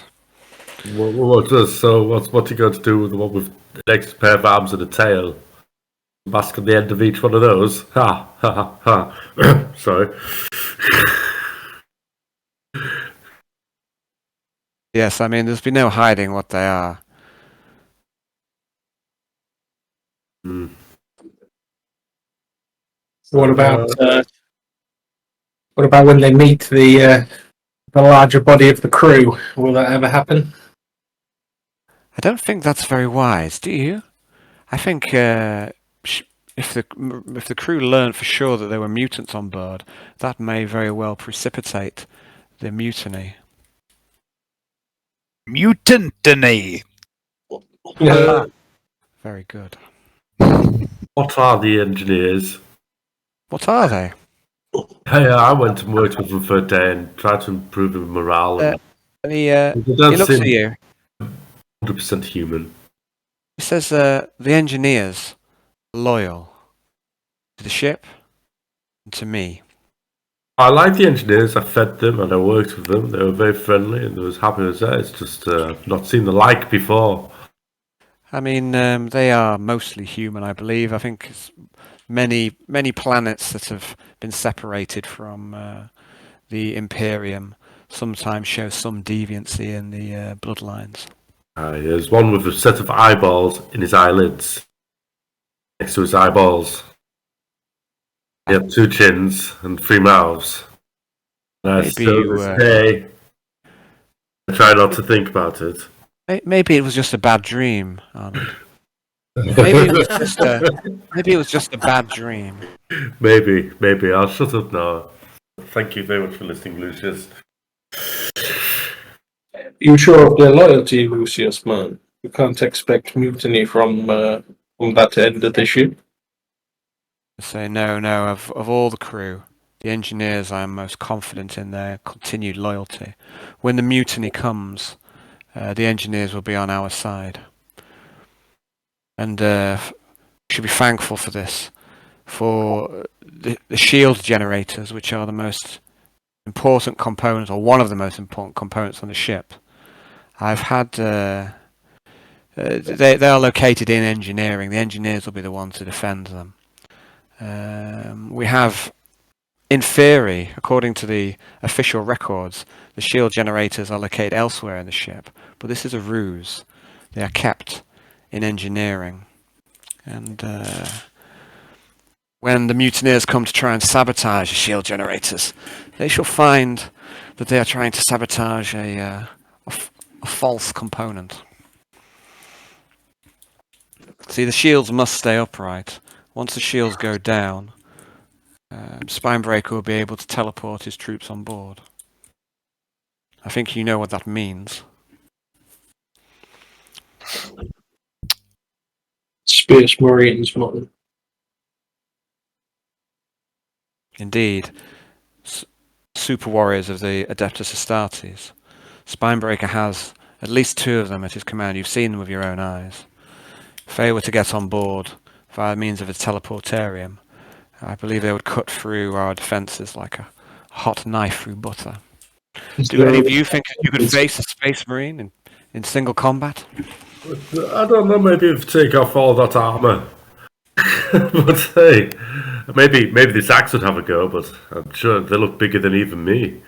It's just I mean, think, not in single combat, Inquisitor, but I'm sure if the four of us working as a team together, we might stand a chance.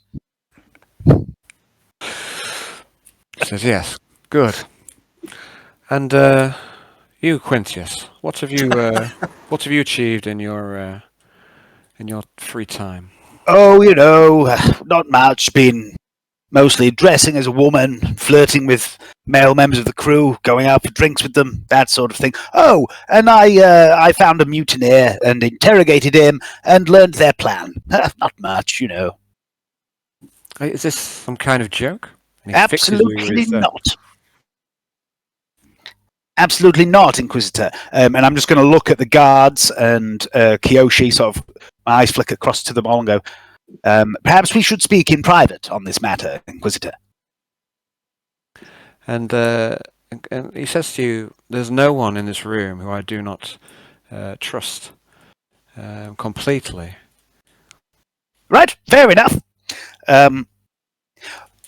Yesterday, we,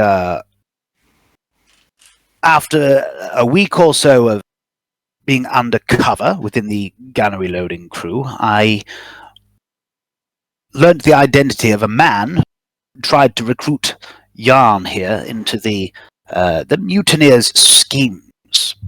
And I lured him somewhere and we captured him. I won't go into details how that transpired. You don't need to know the ins and outs.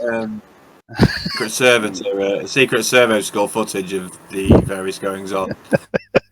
He was wearing makeup and just in perfect synchronization with his explanation. I like to think of this plot. I like to think while this has gone on as well, I've got up and I've walked round, stand next to the Inquisitor to tell him so I can't see what Alexa's playing. Perhaps there'll be some mute. Perhaps you put some mood music on as well. Okay, jolly good. So, Johnny, make a tech use test, please, Johnny. All right, cool. Is this just to be a dick? Is this yeah? This is a dick roll. Please make it a dick.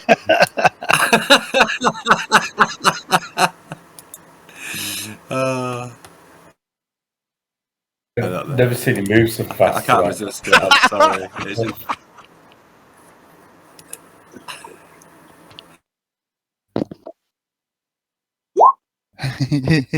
Okay, so you play your footage. So carry on, please, Quintus. I'm just going to plough on, absolutely oblivious to what's playing behind me.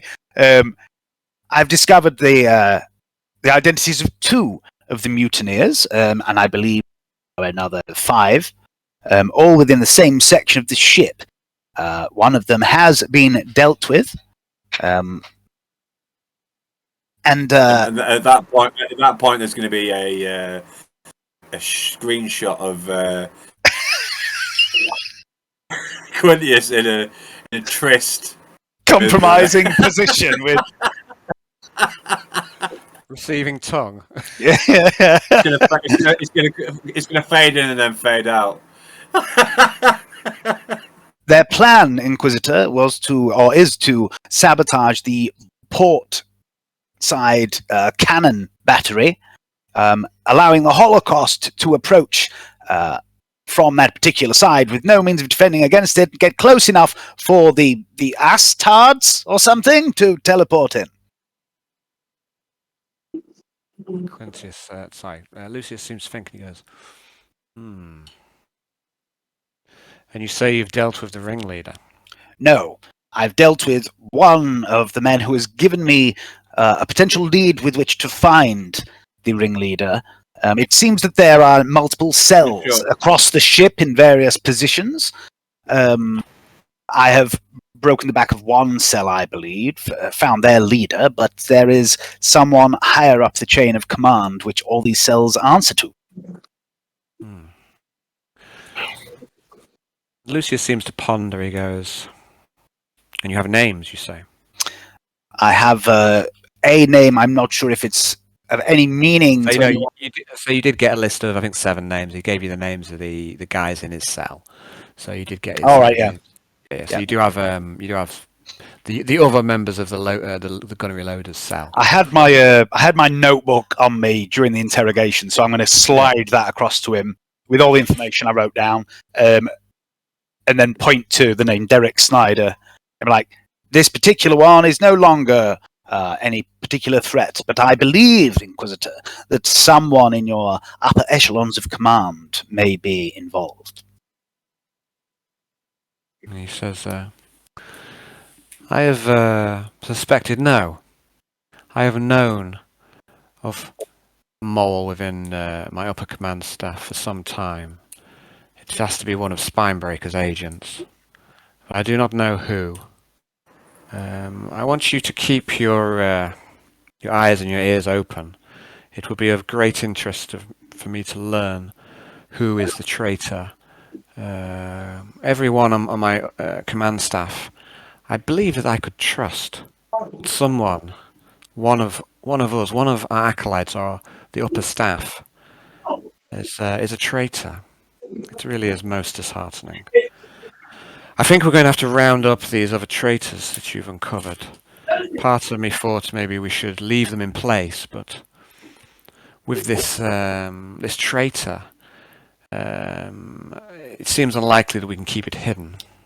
Well, it seems to me, Inquisitor, that if their plan is to sabotage the cannon batteries, this particular cell, I believe, may all be workers in that particular area. There is something else as well. I found this, and I'm going to produce the combead. Okay. And Alexa, perhaps you can help me, as you no doubt I'm aware I'm not particularly au fait with technology, but I heard a voice speaking on this device, calling out to the gentleman I interrogated. And I was wondering if there's a way of tracing where that particular call came from.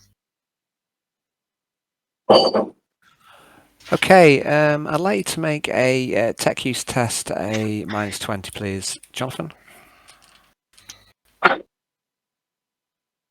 It'd be a bonus from security, of any security. Security's for like maybe unlocking systems and doors and stuff. It's Okay. I say this is more of an understanding test for the technology involved. Encryption.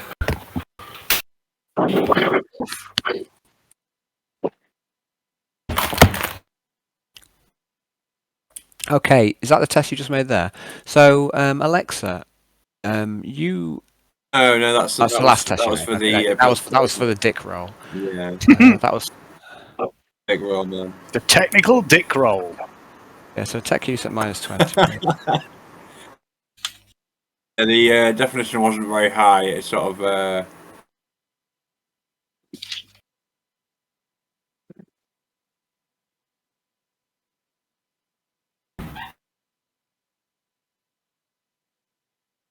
Of a montage of shapes. It was a montage roll. Montage roll, yes. So it's -20, isn't it? Uh-huh. 20.